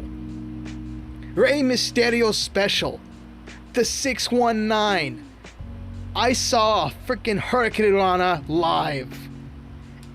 Frying pan chops, the slap across the chest, and a submission hold, like I said, that took the crowd participating in the break, and some crazy out of the ring action. Got thrown right in front of the crowd. That poor girl. But of course, it's all staged. It's all safe as they can be. So I wasn't worried. And then all ended with another wrestler coming out of the tent you see right over here and distracting the heel long enough for the girl wrestler to take him by the hand, twirl over him, and pin him with a crucifix submission. With a crucifix opportunity pin. If you don't know what a crucifix is, it's crazy to watch. But it's a wrestling move, and phone's charging up. Welcome back, Ryan. Excellent to have you back. It was so delightful to be in a wrestling crowd. I've only seen it like in video games and on WWE sports media. But it was so cool to at least experience that in a small scale. But I hope there's an online video of it, because if I find one, I will definitely post it to Twitter and maybe the community tab. Why were you talking about the VOD being up for you to watch? Well, because if you miss anything, you've missed quite a bit. I won't recap it for you because we are over scheduled now, and I gotta worry about what I'm gonna wake up tomorrow. But you've missed quite a bit. There was an entire wrestling match that went on without you. But we need to keep this gravy train rolling because I've taken way too much of your time already. The VOD will be up afterwards, so you can go back and rewatch whatever you missed. And I should I might work on it tonight, or I might work on it tomorrow, but definitely expect some chapters for this video, because there's a lot to cover. So, with the excitement over, I decided to head back to Hall 3 and see if I could find Quill again, because I texted them and they didn't respond. I texted them about the fight. They didn't get back to me in time, so I decided, you know what? I'll just go over to the gaming section. They're probably playing Japanese rhythm games again. So we leave Artist Alley, we head over to Hall 3, and I get outright stopped by a barker who's working this scene right here. So this is something I failed to explain at the very beginning. When we first went into Hall 3, we looked to our right and saw LARPers going at each other in full chain skirt, armor, helmets, and wielding faux weapons, striking at each other. Shield against weapons against shield against shield, bash, smash, creating lots of noise. And we were like, okay, that's a good way to get some brain damage. I'll not think about it. But lo and be friggin' hold, later on in the day, they started actually giving out free courses. Smash! Crit, yeah. And the carnival barker basically said, hey, you want to learn how to fight? We can teach you. Now, initially I was like, you see, I don't exactly have muscles, so if I take one hit, I'm basically going to go poof. But I'm bored as hell. This is my first convention experience, and I said, fuck it, why not? Stream just went down for a second there, looks like. Hopefully we're on track. Exactly. I am nothing but an assorted compound of calcium atoms and not much else. Supposedly there's a brain in this noggin here, but even that's questionable at the best. So, I decided, you know what? I'm here for today. I need to kill some time. Because I was actually going to... Look, the short... We'll get into that, actually. We'll get into my low constitution score in a very close second.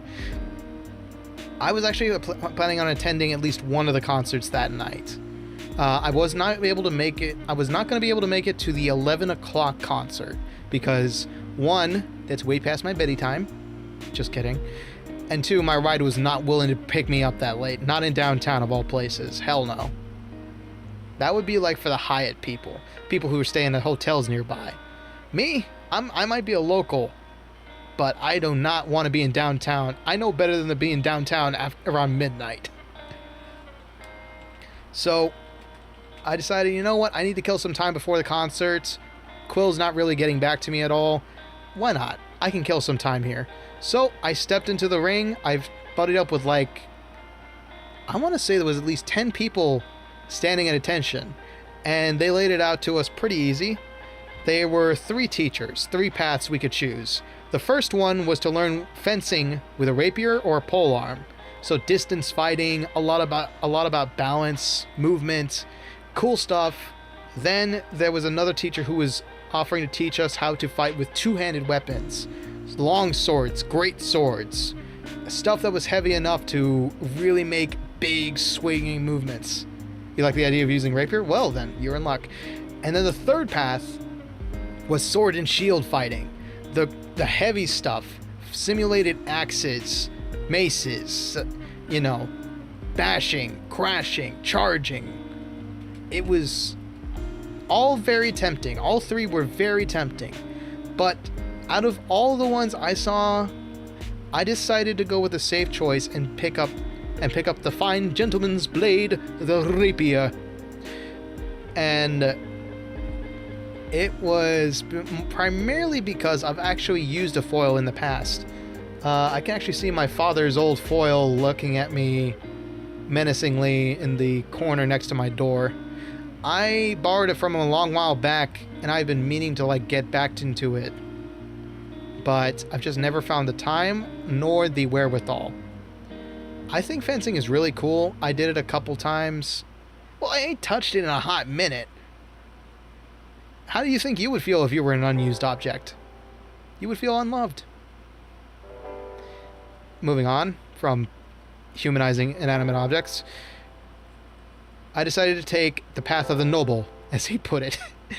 He really made a big deal, and this guy was fantastic. This guy was fabulous. He had on purple pink tights, lovely shoes, and a flowy upper garment.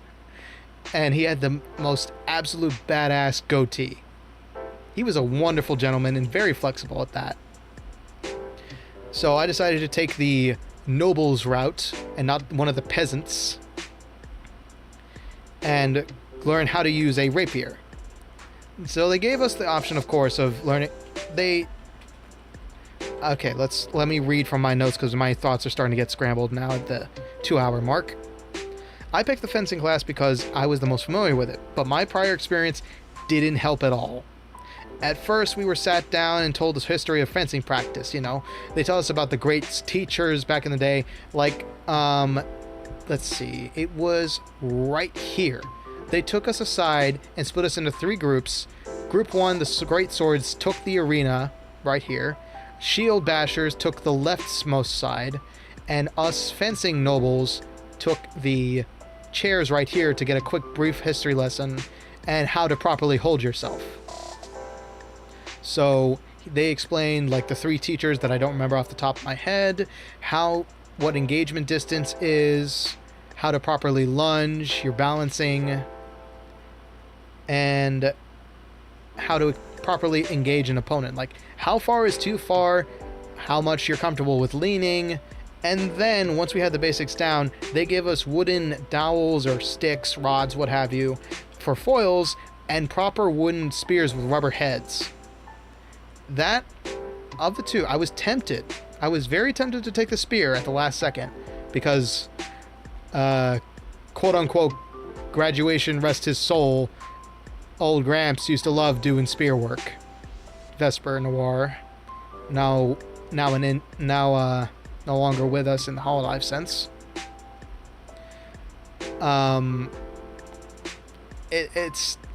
There's a lot of kayfabe I have to worry about. Don't worry about it. So, I learned how to properly hold a stance. The various positions, there are 4, and it all depends on where your knuckles are pointing, at least according to my teacher.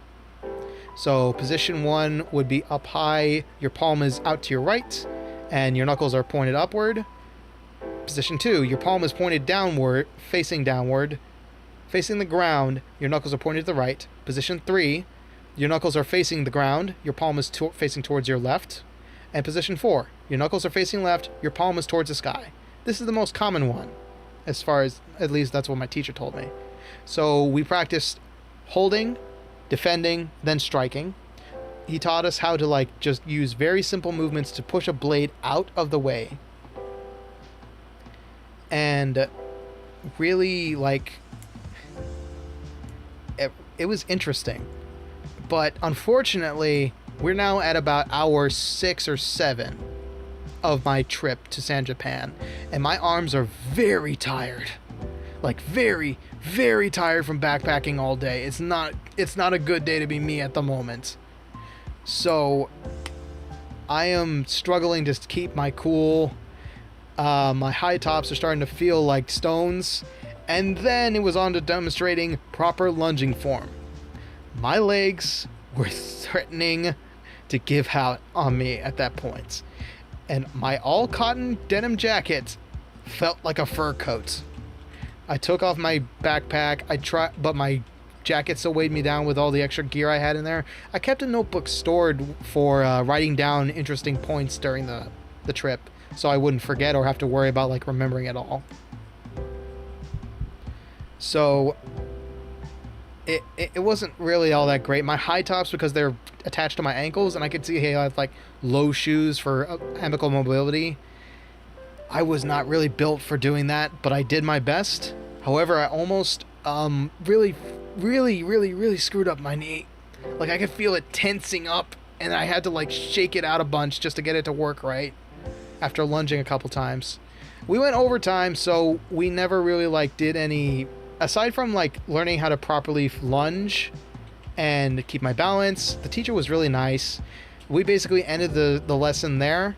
They gave us little flags to hit with our phones. They had QR codes on them. I've yet to do anything with mine, but they were a really cool group. I think they were a armed combat group based out of San Antonio, actually. They run college courses or something, maybe close by. But that was that was tough. That was really, really tough. And here, this is where I actually did all the lunging, was close to this tent. Look at that ornamentation. That's so freaking cool. It was so interesting. And so once we were done, we just placed the wooden rods on the table and walked away with our goodies. I decided to stat, because at the time I had been just walking around with a plastic bag full of that had my commemorative t-shirt and my notebook, and I decided to stash those both in my bag. My water bottle was depleted at that point. Speaking of water, hydrate. If you got an open can or an open bottle, take a sip now. Your mouth's probably feeling like cotton right now. And if it isn't, my comments may have just it triggered that in you. Uh-oh. Terrifying. Terrifying to know it's just haunting you like that. So, amazingly, I survived fencing boot camp.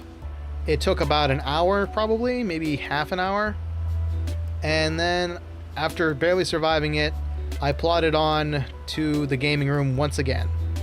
This time, I was kind of looking for Quill. Yes, I did bump into Quill here, actually. I was just pottering about, looking at all the extra stuff. And I actually ran into Quill as they were passing me up. Bugs fascinate you? Cool. You know, my sister is actually like that, or she used to be. She actually kept a pet antlion in our backyard one time. She kept it in a nice little sand jar and fed it pill bugs and ants. So I get that. Bugs, not really my thing. They don't scare me as bad as most people, like my mother, who literally jumps at the side of a baby roach that's crawling around. But I have watched a movie called Creepshow. If you're afraid of bugs, you may want to skip that one, because there's an entire, it's like an episodic movie thriller with various chapters, and one of the chapters has to do with a clean freak literally being eaten alive inside out by a horde of cockroaches. If that sentence alone doesn't give you the willies, I applaud you. You're braver than I, because I literally had a visceral reaction to that scene. Let's move on with our life, shall we?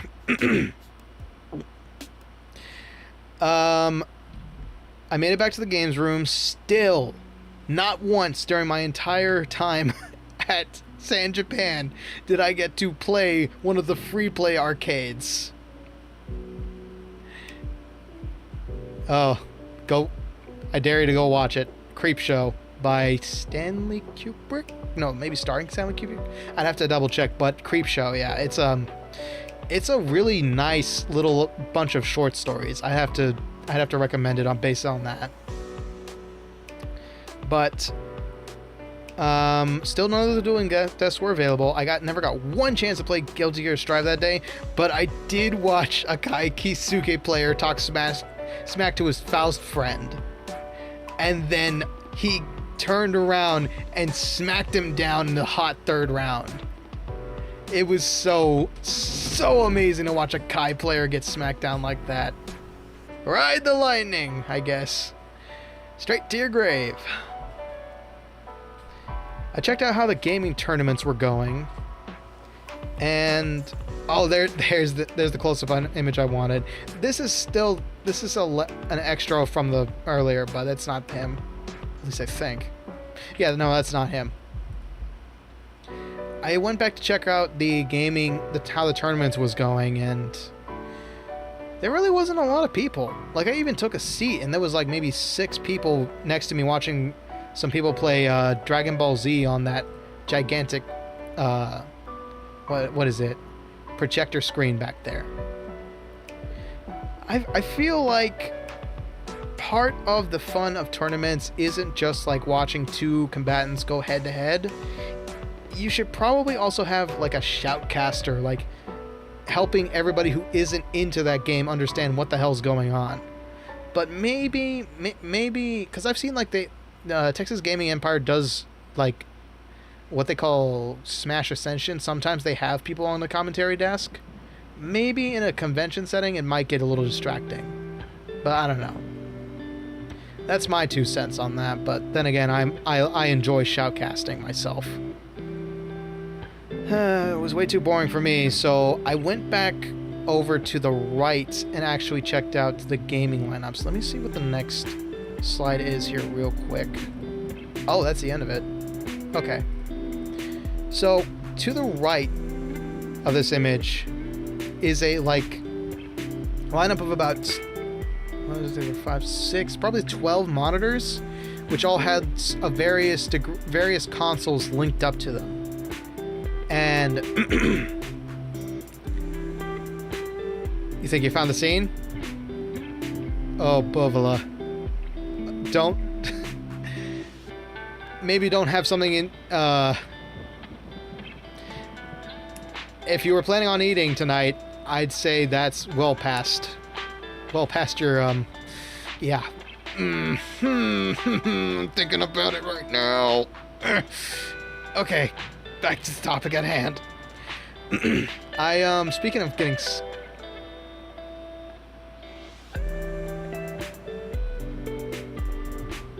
bugs on pizza?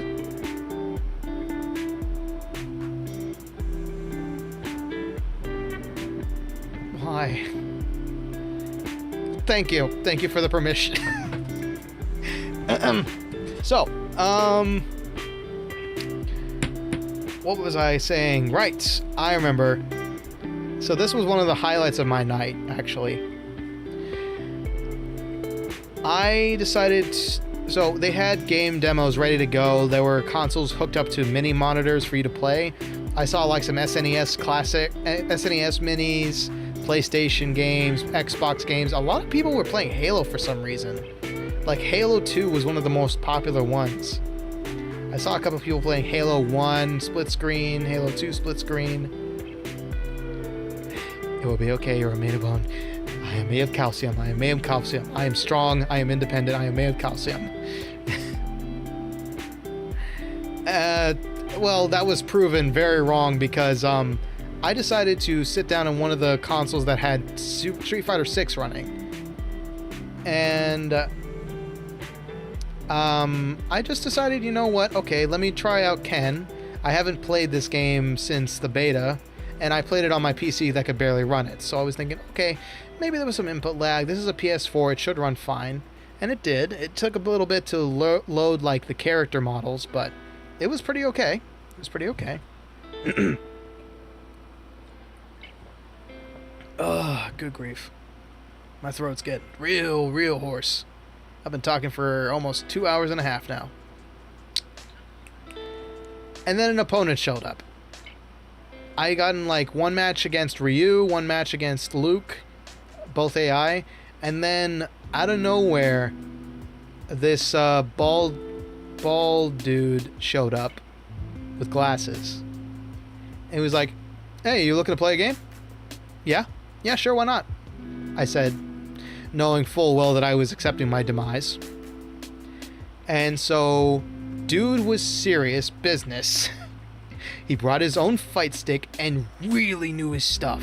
I got completely clowned on by his fancy footwork as DJ, and there was no salt. You know, like, I got really into it when I played Idol Showdown that one time.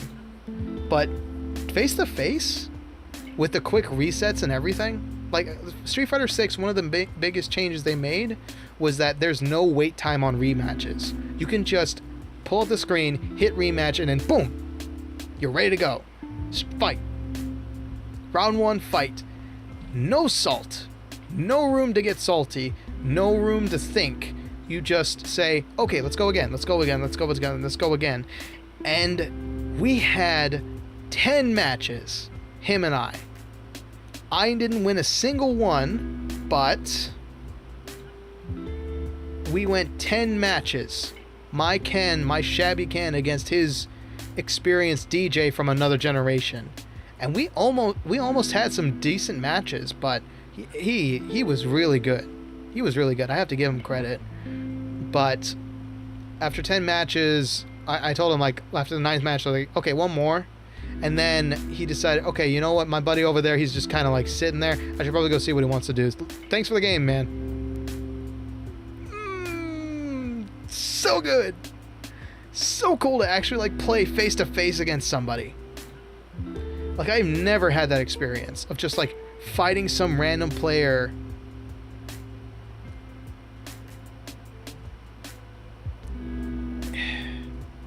It was, first off, second, interesting. That's exactly what I expected from you. All right. You are in fact a bug lover. I congratulate you. You are immune, unlike the rest of us.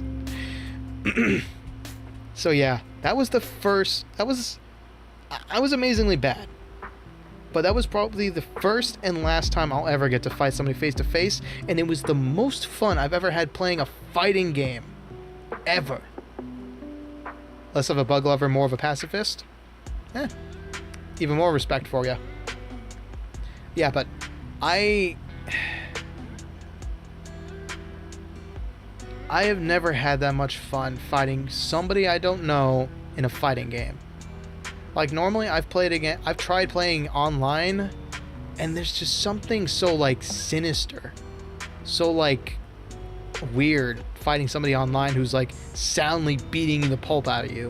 Like, at one time I went against Sora in Idol Showdown, and not once, not 1 second, did I have control over that fight. It was bad. It was really bad. And I could feel the salt building in my veins. I was like about to have a damn heart attack. And ever since then, I've been very afraid to go back to Idol Showdown. At least the online portion. And I haven't tried any other online fighting games because most of the ones I own are really old. And I know from my Counter-Strike days that means that game is off limits to newbies. You cannot go online during that.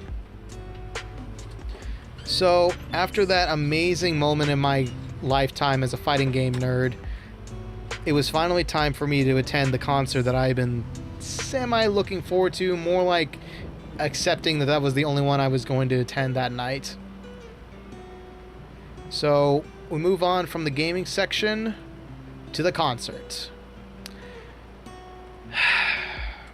Okay, so before this concert, I didn't know who Jonathan Young and Caleb Hyles were.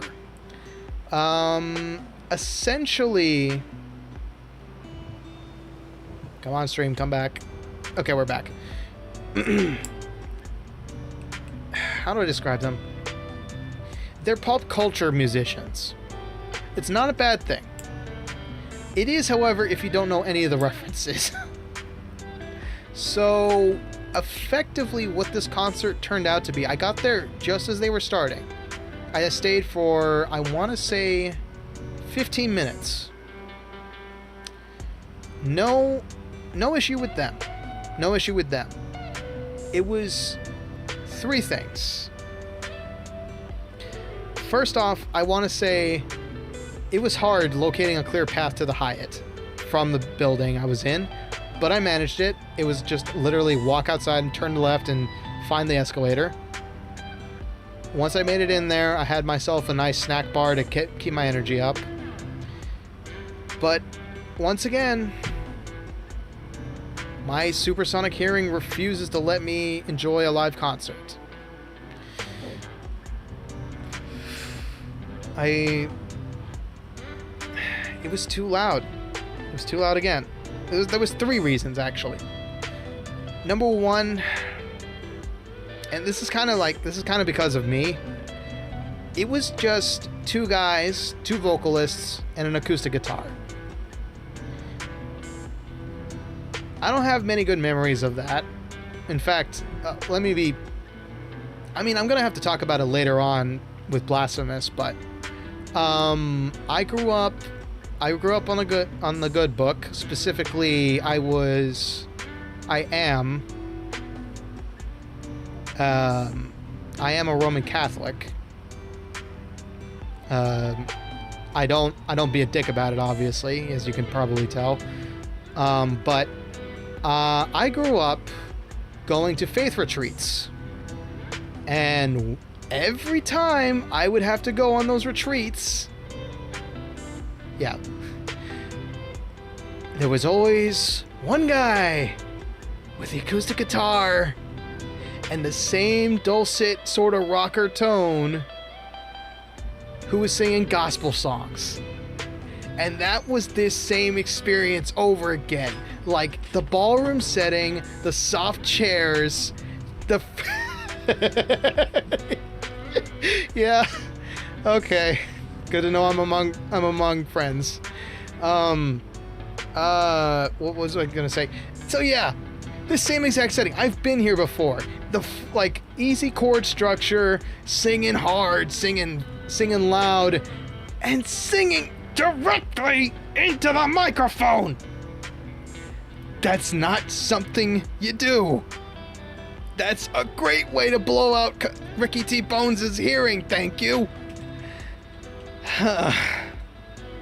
And on top of that, the set list was all nerd rock and a couple of originals that were very simple.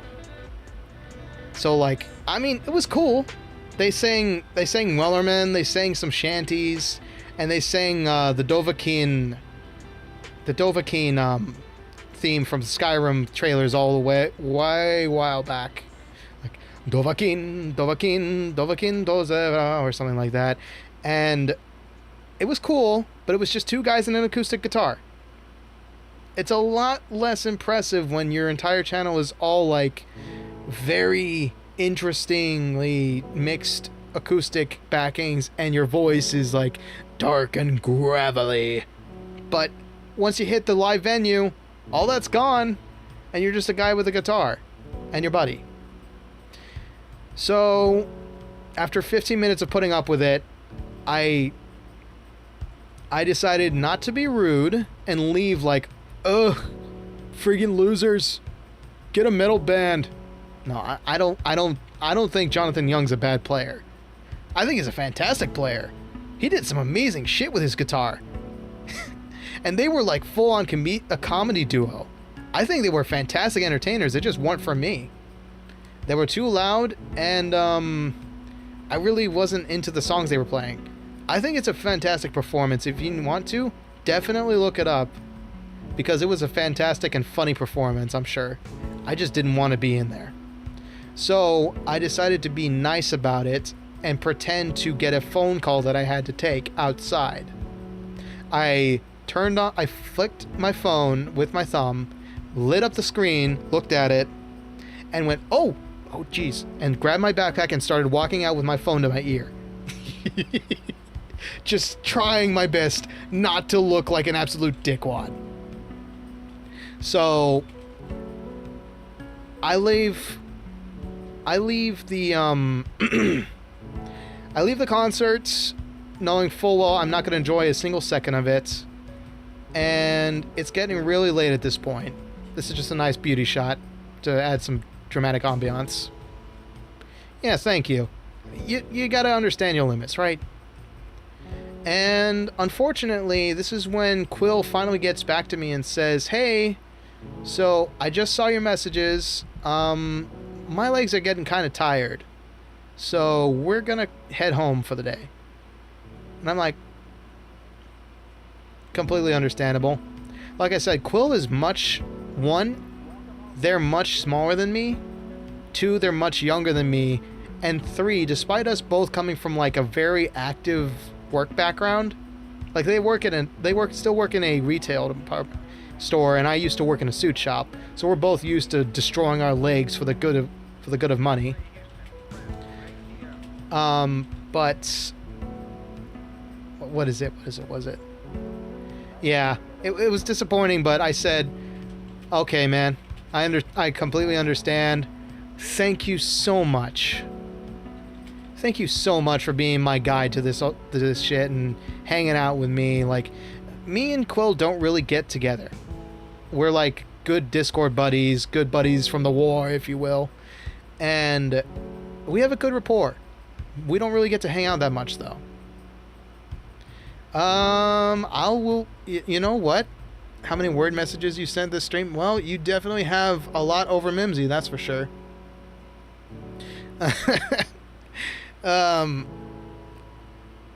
You know what? I tell you what. I do actually get the statistics on chat messages after the stream. I will let you know how many there were in total. But if I have to hazard a guess of a percentage of how many are yours, 80% is probably a safe bet. So, I got the message from Quill. I said my goodbyes. I thanked them so much. They were like, shit, dude. Yeah, it was fun hanging out with you too. We got to go see a panel together and everything. So, it was cool. We both had a good time, and again, I promised them I would watch Jujutsu Kaisen before I get to talk to them again. I got some other friends around, but I didn't always have friends. So, having my first convention experience with somebody I enjoyed being around was really nice. So, I doubt Quill will ever see this. Hopefully Quill understands who Quill is in relation to their name. But if you do end up watching this, Quill, you're kick-ass for putting up with a old schmuck like me at my first convention. Thank you. From the bottom of my bony heart, if I had one, thank you. Let's see. With that all being said, I decided, okay, non-existent bicycle pump. I've never heard somebody refer to the pulmonary artery as a bicycle pump. I am keeping that in my back pocket. That is amazing. Ooh, grand. So I decided, okay, concert fell through, other concert fell through. I guess I'm just gonna have to check out what else San Japan has to offer. I've said that in the I've officially been around long enough to make quotes that I don't remember. Amazing. Whew. Or are you talking about the pulmonary artery thing? No matter, but... So, the last stops on my trip to San Japan were two places. One was karaoke. You guys know, I have about, 5 karaoke streams on this channel? And I thought, okay, you know what? If they're trying to emulate, like, the Japanese experience of karaoke, I'd be down for that. I'd be down for, like... I said, you don't have a heart, and that's when you said, what's beating your chest? Oh, wow! You've made that joke before, and I didn't remember. Shit! Well, that goes to show you how bad my brain is. I have horrible, horrible memory, which is why I've enjoyed being a streamer this long. It's because I don't have to remember my experiences. I can just go back and watch them.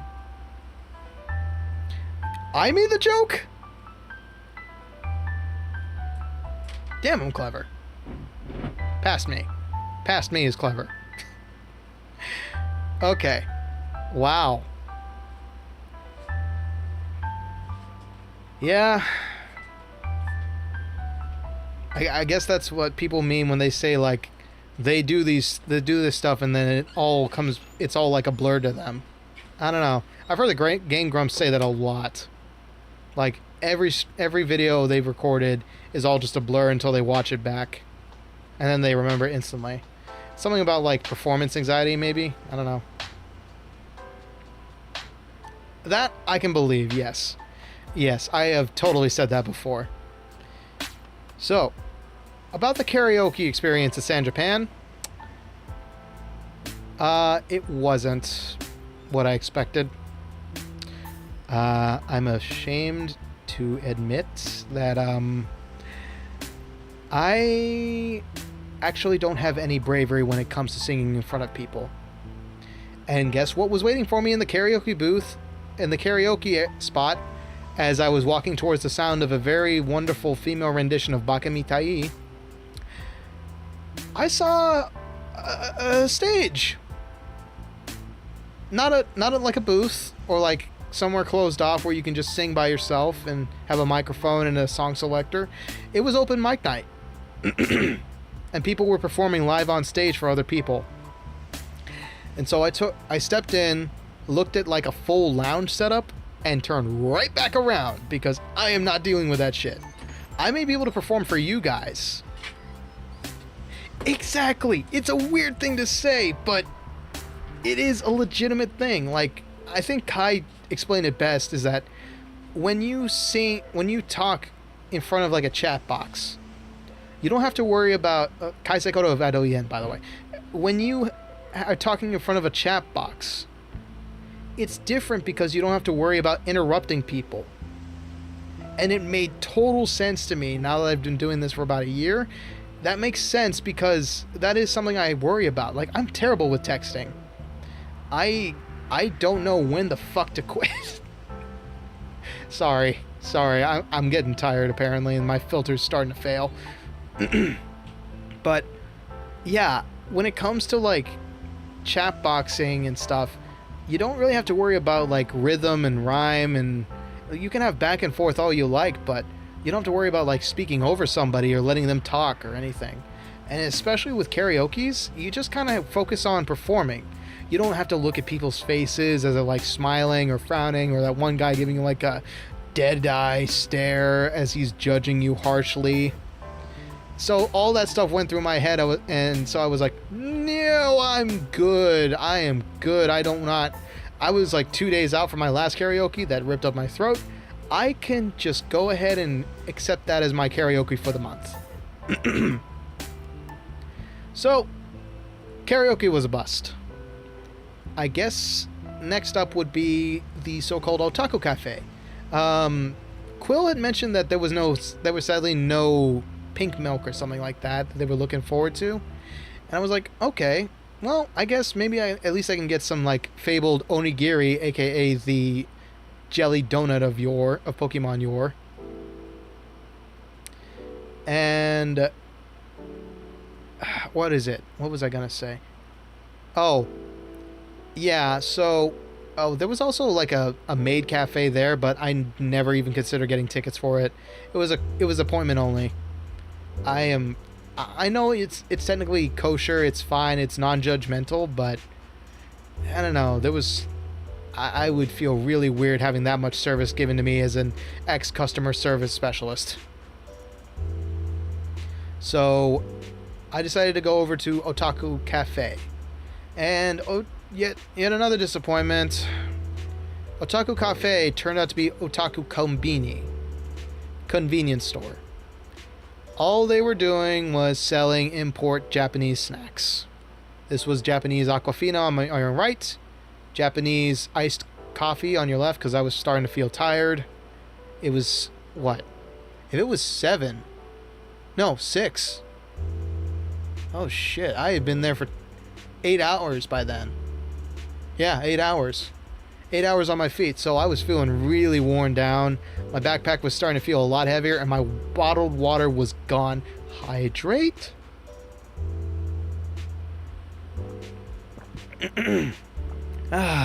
Much better. Yeah. I can't read Japanese, but when I opened it up and tasted it, I think I may have grabbed teriyaki flavor by accident. Which is kind of sad, because I've had teriyaki chips before. They were okay, but they lost their novelty after like the first chip.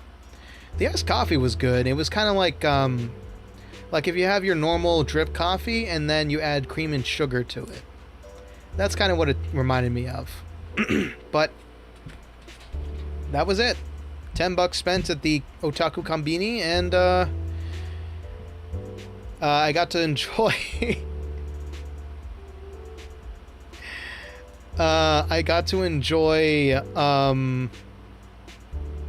as I was enjoying my iced coffee and my teriyaki chips, I watched the dub of One Piece that they had on a projector going on 24/7. And I think I understand why a lot of people like it now.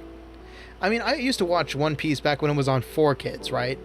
That was way back when it wasn't like this legendary beast of a series. But looking at it, as it was playing on the big screen, I think I understand that it's kind of like sensory overload kind of cartoon. Like, it's really campy. It has a lot of like rhythmic beats. It's probably like guilty pleasure for most people, I think, just by watching it for as little bit as I did. And then somebody blew up, so I can clearly tell that there are a lot of crazy ideas that go through it. And it was interesting to watch as I was munching on this, as I was sipping my iced coffee. But once I was done, I took the teriyaki chips, and I couldn't finish them. I had eaten that energy bar back in the Jonathan Young concert, so I just kind of ditched them into a trash can. And I decided to look through my notebook, write down anything I had missed. Like, I had a nice black notebook. This one right here, I'm holding in my hands. Oh, below the screen, obviously. And I lost my pen.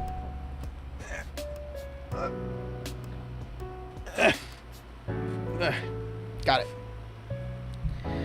So, this presentation, right?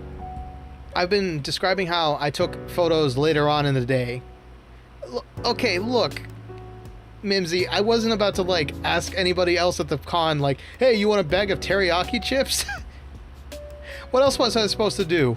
I couldn't finish them because they were starting to get, like, you know how you have, like, those bags, those gigantic family-sized bags of barbecue chips, right?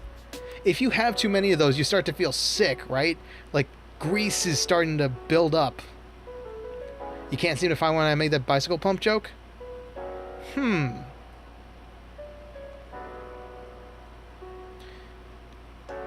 Maybe it was a different stream, or maybe it was a different streamer. Never know.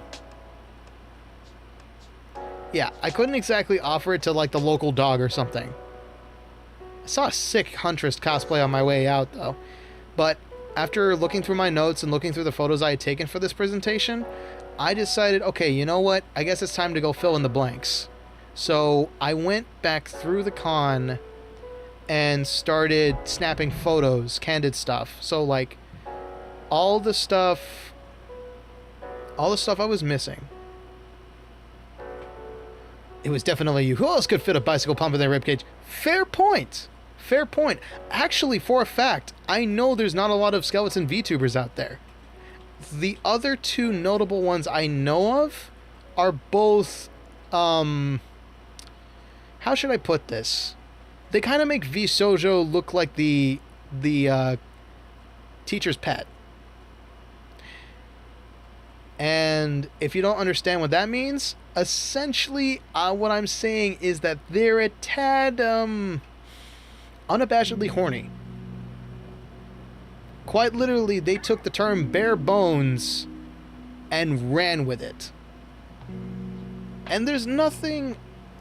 Oh, of course. Of course it had to be that one. That one was a fever nightmare in so many aspects.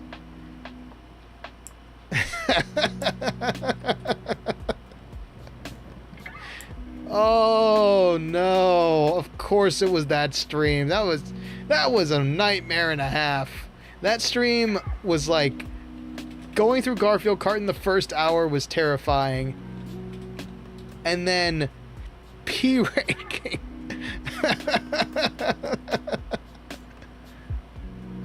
Okay, was it the actual P rank run, or could you like just send the timestamp in the chat, and I'll have a look at it later, just to see that joke I made.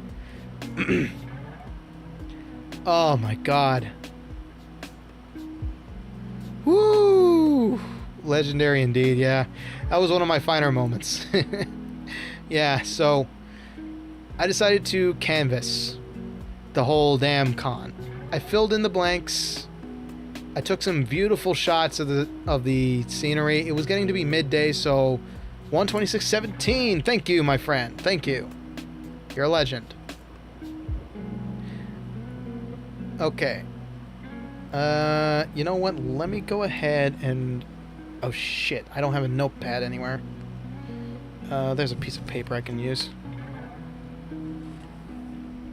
Ryan, you've been around and been one of the most active chatters.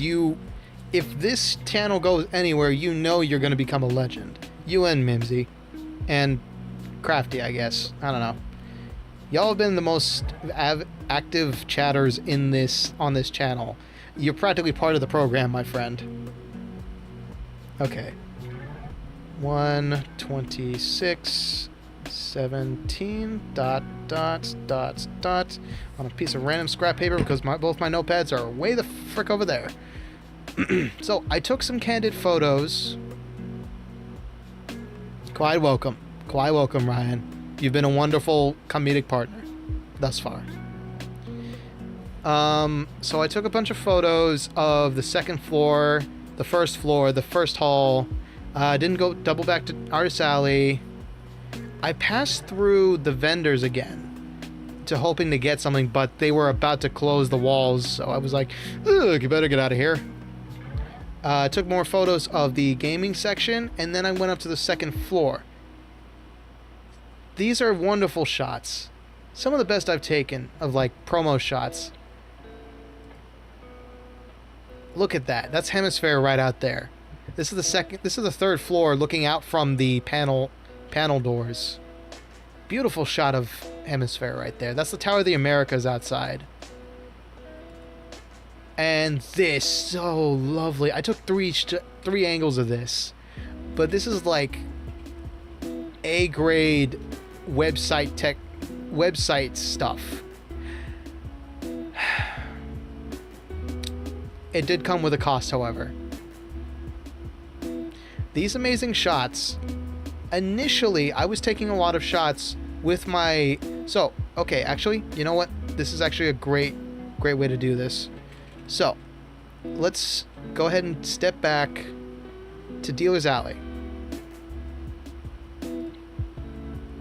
Where is Dealer's Alley in WrestleMania? There it is. So, you remember these? These are kick-ass gloves. I got these for Christmas, if I recall correctly. Or I could have gotten them for my previous birthday. They are riding gloves. They are motorcycle gloves. They are polyester and padded on the inside of the grip with smartphone technology built into the fingertips. What that means is that they were supposed to be working on my phone screen when I was taking pictures, but they just couldn't do it consistently. So when I went back to Canvas... Mimsy knows where this is going. When I went back to Canvas for these photos, I had to stash my gloves in my pocket, in my jacket pockets. All of which are already full with a notebook, my phone, my keys, and a couple other miscellaneous pieces, some trash maybe. And after I took this photo, I said, okay, that's everything. That's everything.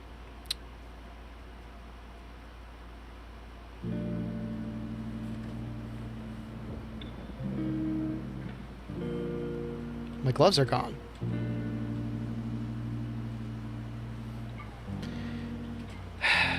This had happened when I was first packing for this event. I put my gloves in my inside pocket of my denim jacket. It's a Levi's trucker jacket. If you've ever worn one or seen one, they have 2 inside pockets, 2 side pockets, and 2 front pockets. I stuffed them in with my notebook before I came, and beloved foreshadowing, they dropped out onto the floor. The very same thing must have happened when I took them off and stuffed them in my jacket and started taking pictures. So when I finished my little game of San Japan Pokemon Snap, they were gone. And I didn't have the energy to go back, ask about Lost and Found, see if I could, get them recovered. The good news is that they were cheap. They came off of Amazon, so I still have the listing in case I want to reorder them. And then my mother offered to get me some cool Halloween themed skeleton gloves that were like $3.50. So if I ever get the courage to do a hand cam stream, that I know those are cool gloves. Those were really cool gloves. But all right, Ryan, take your time. Right, like I said, recording will still be here, but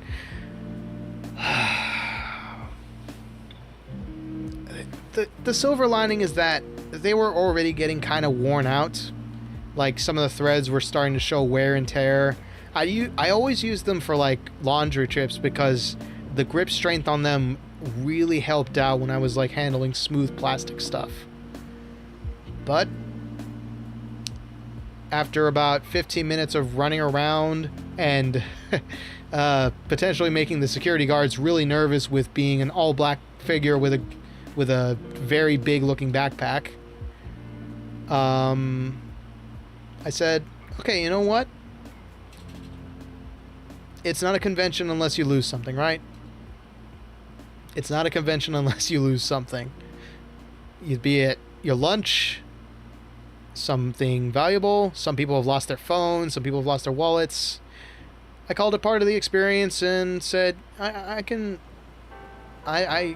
like those gloves, sure, but that they were just gloves. They were cheap. I'd probably cost less than $20 if I recall correctly, and I can always reorder them if I really want them back. But that was shitty. That was shitty to like realize, oh great, I'm not the immortal being I thought I once was. Where does that leave us next? Let's see, where is... Oh, okay. So, before we go into the lot... Served me well, yes. They served me well. They will be remembered. They will be missed until I can replace them. On the plus side, for my birthday, I received some kick-ass, all-leather, all-black driving gloves that actually fit my hands. I've had driving gloves in the past that were a size large, and I hate to admit it, but a size small fits me perfectly. So, yeah, I have some useless, lovely brown and black gloves and some baby driver colored gloves, red and white, that I can barely use. And some fingerless gloves, too. It's a shame. So I guess I have an excuse to use those leather gloves now. The last thing I saw before I ended my night was I finally saw a Calliope and a Kiara cosplayer duo. Calliope was wearing the casual outfit, looked very nice, and Kiara was full Tensho, wearing the KFP proper uniform. Really cool to see, but I only got to see him from afar, sadly. So, I finished my night with a selfie.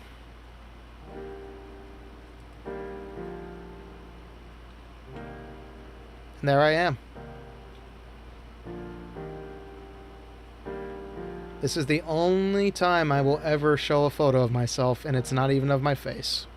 I was wearing a mask anyway, but I don't know. There's some extra features on me that I don't really like. My body, on the other hand, I really enjoy personal fashion. I enjoy graphic tees. Skull reveal. Yeah. Man, Ryan's missing out, right?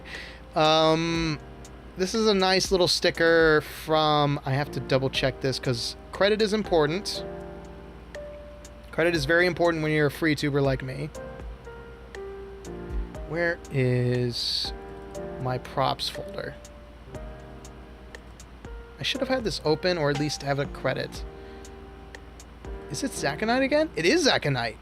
Yeah, so the ring and this skull sticker are by Xaconite with an X.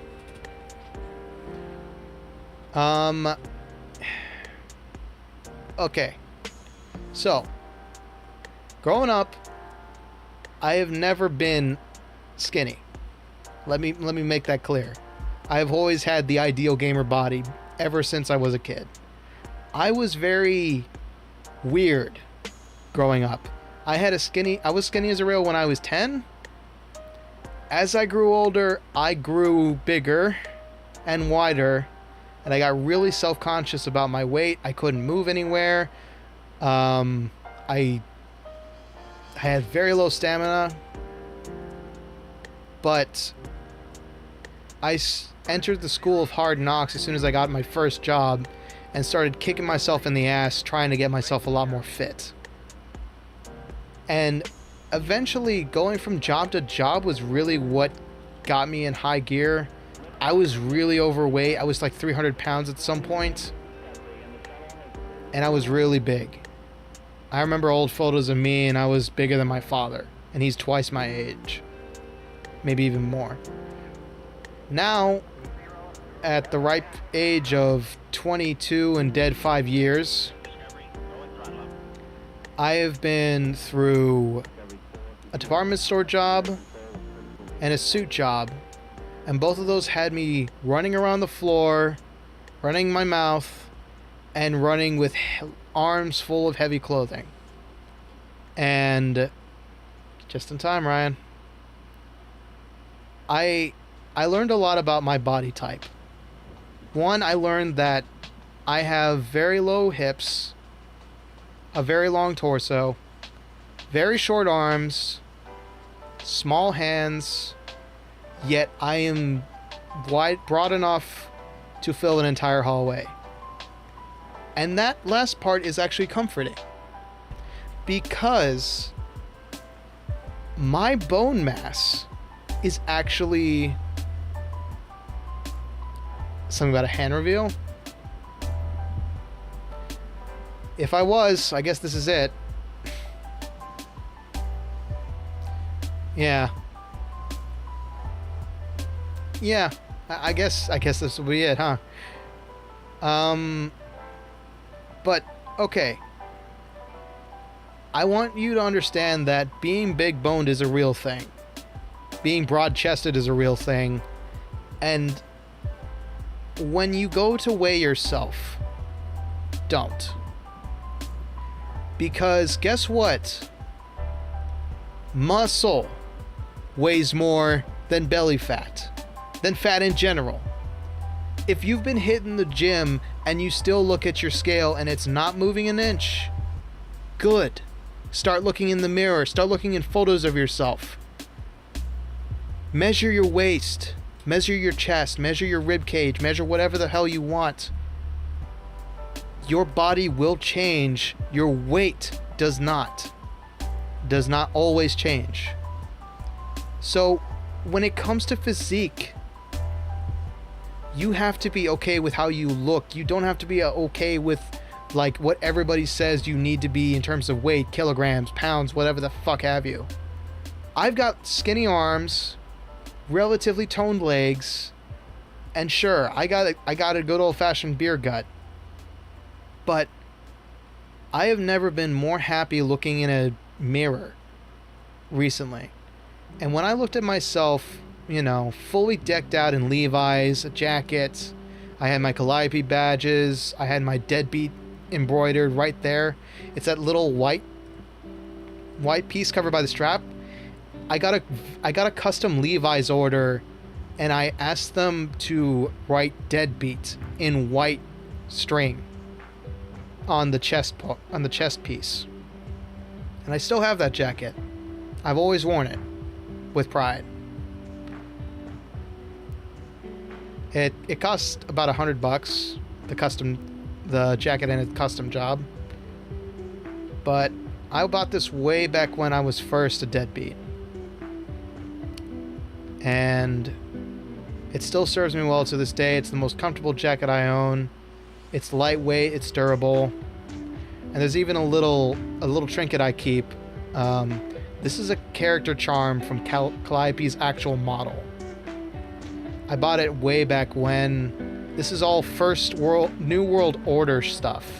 New Underworld Order concert gear. And then I have a a Dry Bones shirt from Dracula Bite. This was me at the con. I wore a green backpack, black denim, and a scary face that I still don't like to show.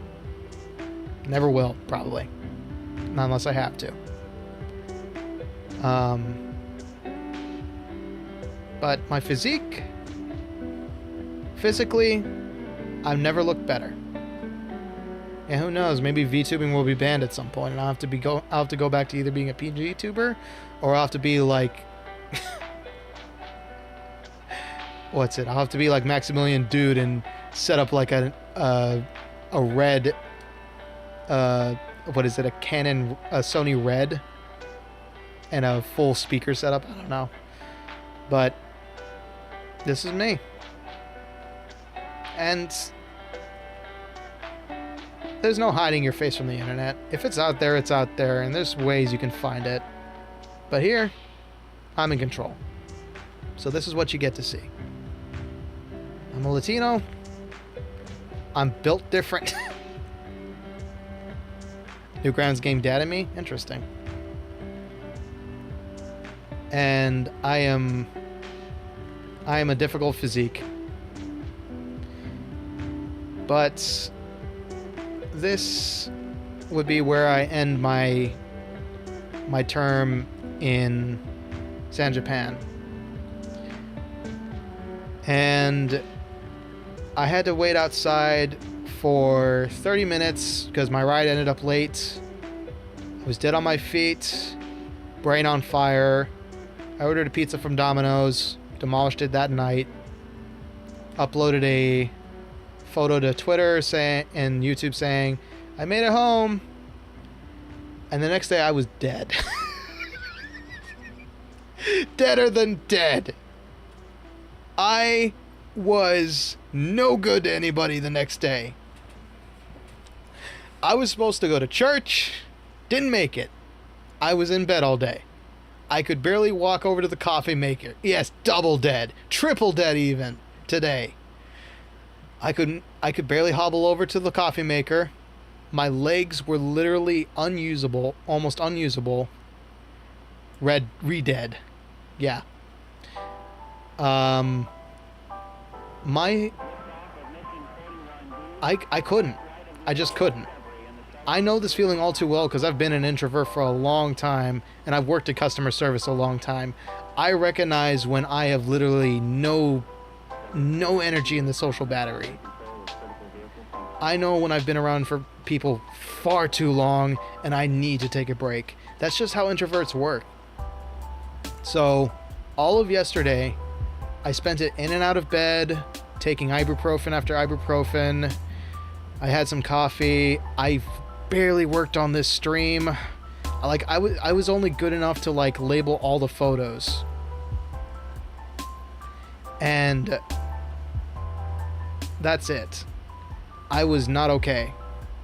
I was not freaking okay. So I've spent the last 2 days in and out of bed trying to let my muscles relax, and then even still today I couldn't go anywhere. But I have to say that San Japan still felt like a dream, still does. And it just felt unreal until I looked over and saw the notebook I picked up, the shirts, the badge, and now this stream. It feels like forever ago. It feels like a far long memory, but it only happened 3 days ago. 2 days ago even. And I guess that brings us to the final thoughts, huh? Let me read this out because I'm pretty sure it's a lot more coherent than whatever my brain can produce right now. You're also wearing sunglasses in the thumbnail. It's a classic thing for people to want to be incognito. To wear like mask and glasses. I wore the mask, definitely. Like I never took that off unless I had to. Like during the fencing practice. That's the only time people saw my face. That and when I was eating, obviously. So, let's close this out with a nice little line read. One sip.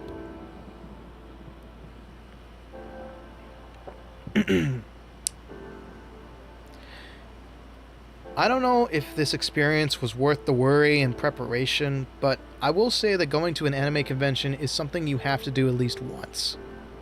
I'm very glad I took my time and moved at a turtle's pace and really soaked in my first ever convention experience like a sponge. I've only got 3 regrets. So I have to break kayfabe here because this deals with technically a rule I have. The main reason I went wasn't for me. The whole reason I decided to go to San Japan, and I'm gonna say this without explaining anything, so hopefully I don't break forbidden knowledge rules here. The whole reason I decided to go to San Japan after ignoring it year after year was to attend the Demon Dice concert. I'm sure I mentioned it before, but that fell through because Demon Dice had a scheduling snafu. And even though I was majorly disappointed that my favorite music artist was no longer coming to my hometown, it turned out to be a good thing because not only was this concert scheduled at insane hours of 11 p.m. to midnight, but without it on my agenda, I got to take my time, arrive when the doors open, and thoroughly enjoy my first ever convention experience. The second regret I have is that I didn't... Okay, we're back on kayfabe now. The second regret... No, you know what? We're still broken. Never mind.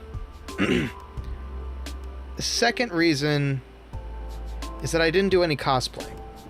I just wore a nerd shirt, black denim, and my custom skull pattern Vans. If I do this again, I will definitely have to look into whatever anime characters I could potentially go as. I mean, there's got to be a lot of people that wear a suit, right? There's got to be something out there. Third regret I have is that I didn't have any friends to go with start to finish. Quill was an absolute sweetheart to stick around when they could, but I was watching all these coordinated groups of friends joshing with each other and randomly talk about anime this and waifu that, and seeing all the holofans at my local anime convention was just amazing in itself. The takodachis that I saw at the car show, the chum buds scattered throughout, the holo cosplayers, hell, even the demons that showed up as I was leaving. Like, they were all coming in droves for the concert that night as I was leaving. I saw the hats, I saw the t-shirts, you know, and I wasn't going to be there because I didn't want to see a Zoom call concert, and I had no interest in the backup performer. But the big takeaway from this event has been that now I know there's others out there like me. Excuse me. Hold on.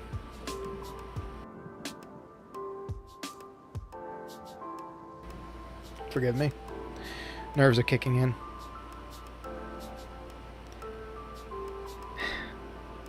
Like, that absolutely legendary DJ player really made my night. So now I'm confident that I don't have to worry about fitting in my next nerdy event I attend.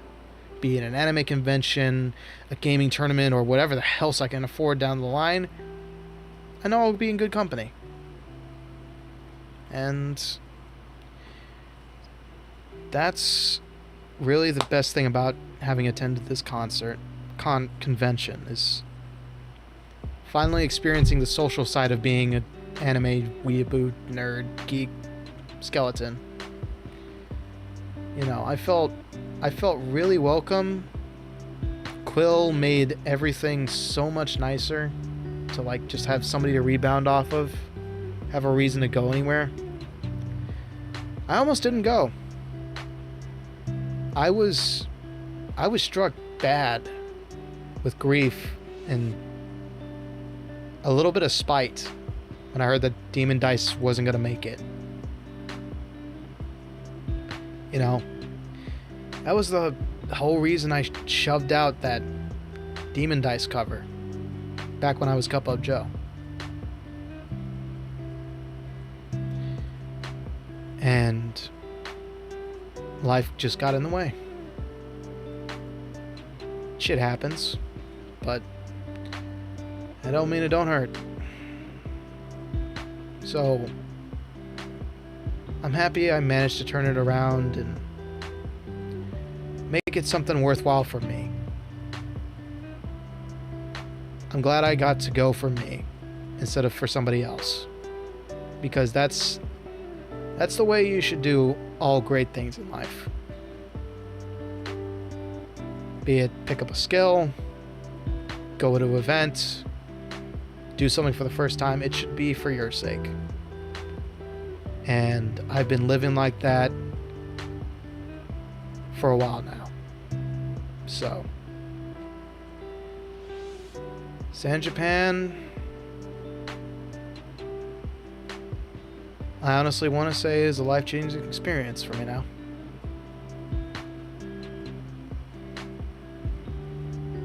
First thing was becoming Ricky T. Bones. Second has become San Japan. Third, I'm not quite sure yet. Maybe, I don't know, collabing with somebody, becoming a part of this freakish community we call VTubers. Finally break in, I don't know. I'm a small-time guy with 3 regulars that always keep me company. I got a lot of time to grow, I'm sure. But yeah. I guess that pretty much ends it. Happy days, indeed. Let me see if I can find the outfit I was wearing. I sent a good photo to my friend, but I don't think I have it on my PC. I might have to grab it from my phone very quickly. Let me see.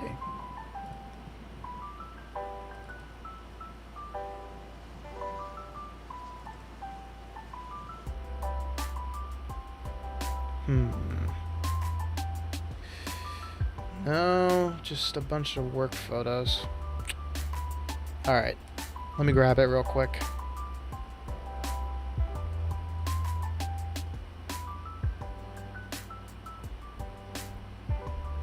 I can do this easy peasy lemon squeezy. I just need to go I need to filch a... Oh, jeez. Do that without cramping yourself, please, Ricky. Thank you. Just gonna use my connector from my... There we go. I'm glad it was. I'm glad it was. I know we've gone... a fucking 3 hours. 3 hours. Oh, jeez. Well, it was a lot to go through, that's for damn sure. Okay. Let me see if I can find that photo of my gear. I wore a green backpack. That's not exactly easy to see. But let me see if I can find... 3 hours of story time, yeah. My throat's gonna feel it tomorrow, that's for sure. I have to be very careful because there's a lot of stuff here that's just me.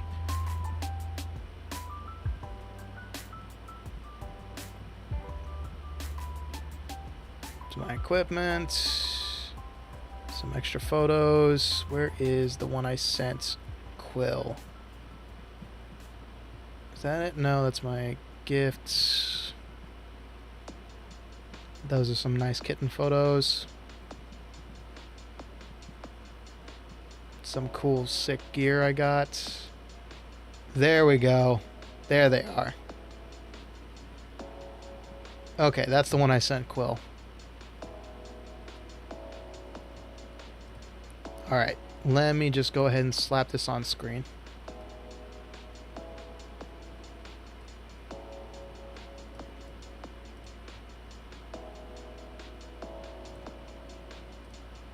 I got it. Just need to actually... Yes? Hello? Okay, I need to actually throw it on here with a add image.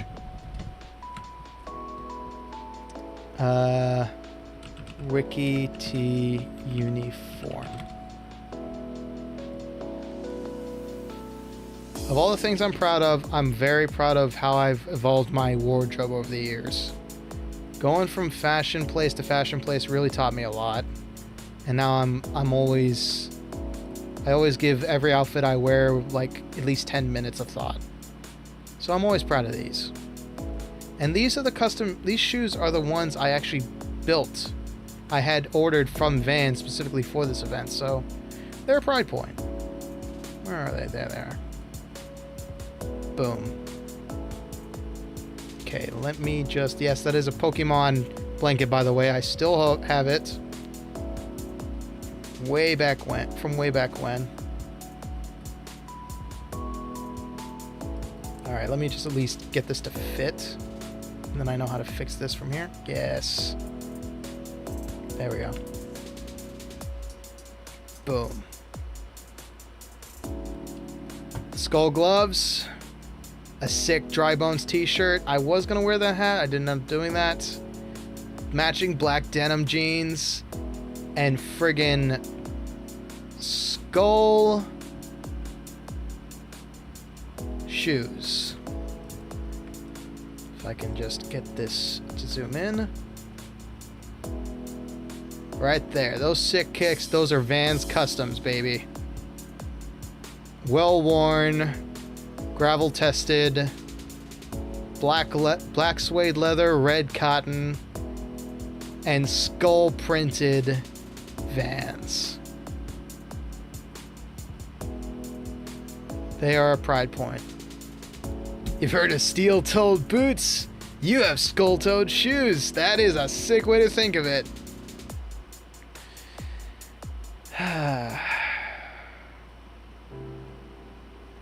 These were supposed to be Demon Dice shoes. Now I think of them as Ricky T. Bones shoes. And I guess with that, shamelessly showing off my drip, quote unquote, we'll end it here.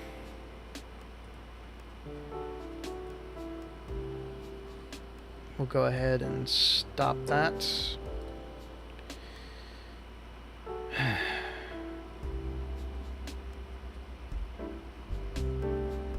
That was a long stream, but I'm really glad I got to share that with y'all. Thank y'all for putting up with me all these 3 hours. I hope you found it exciting.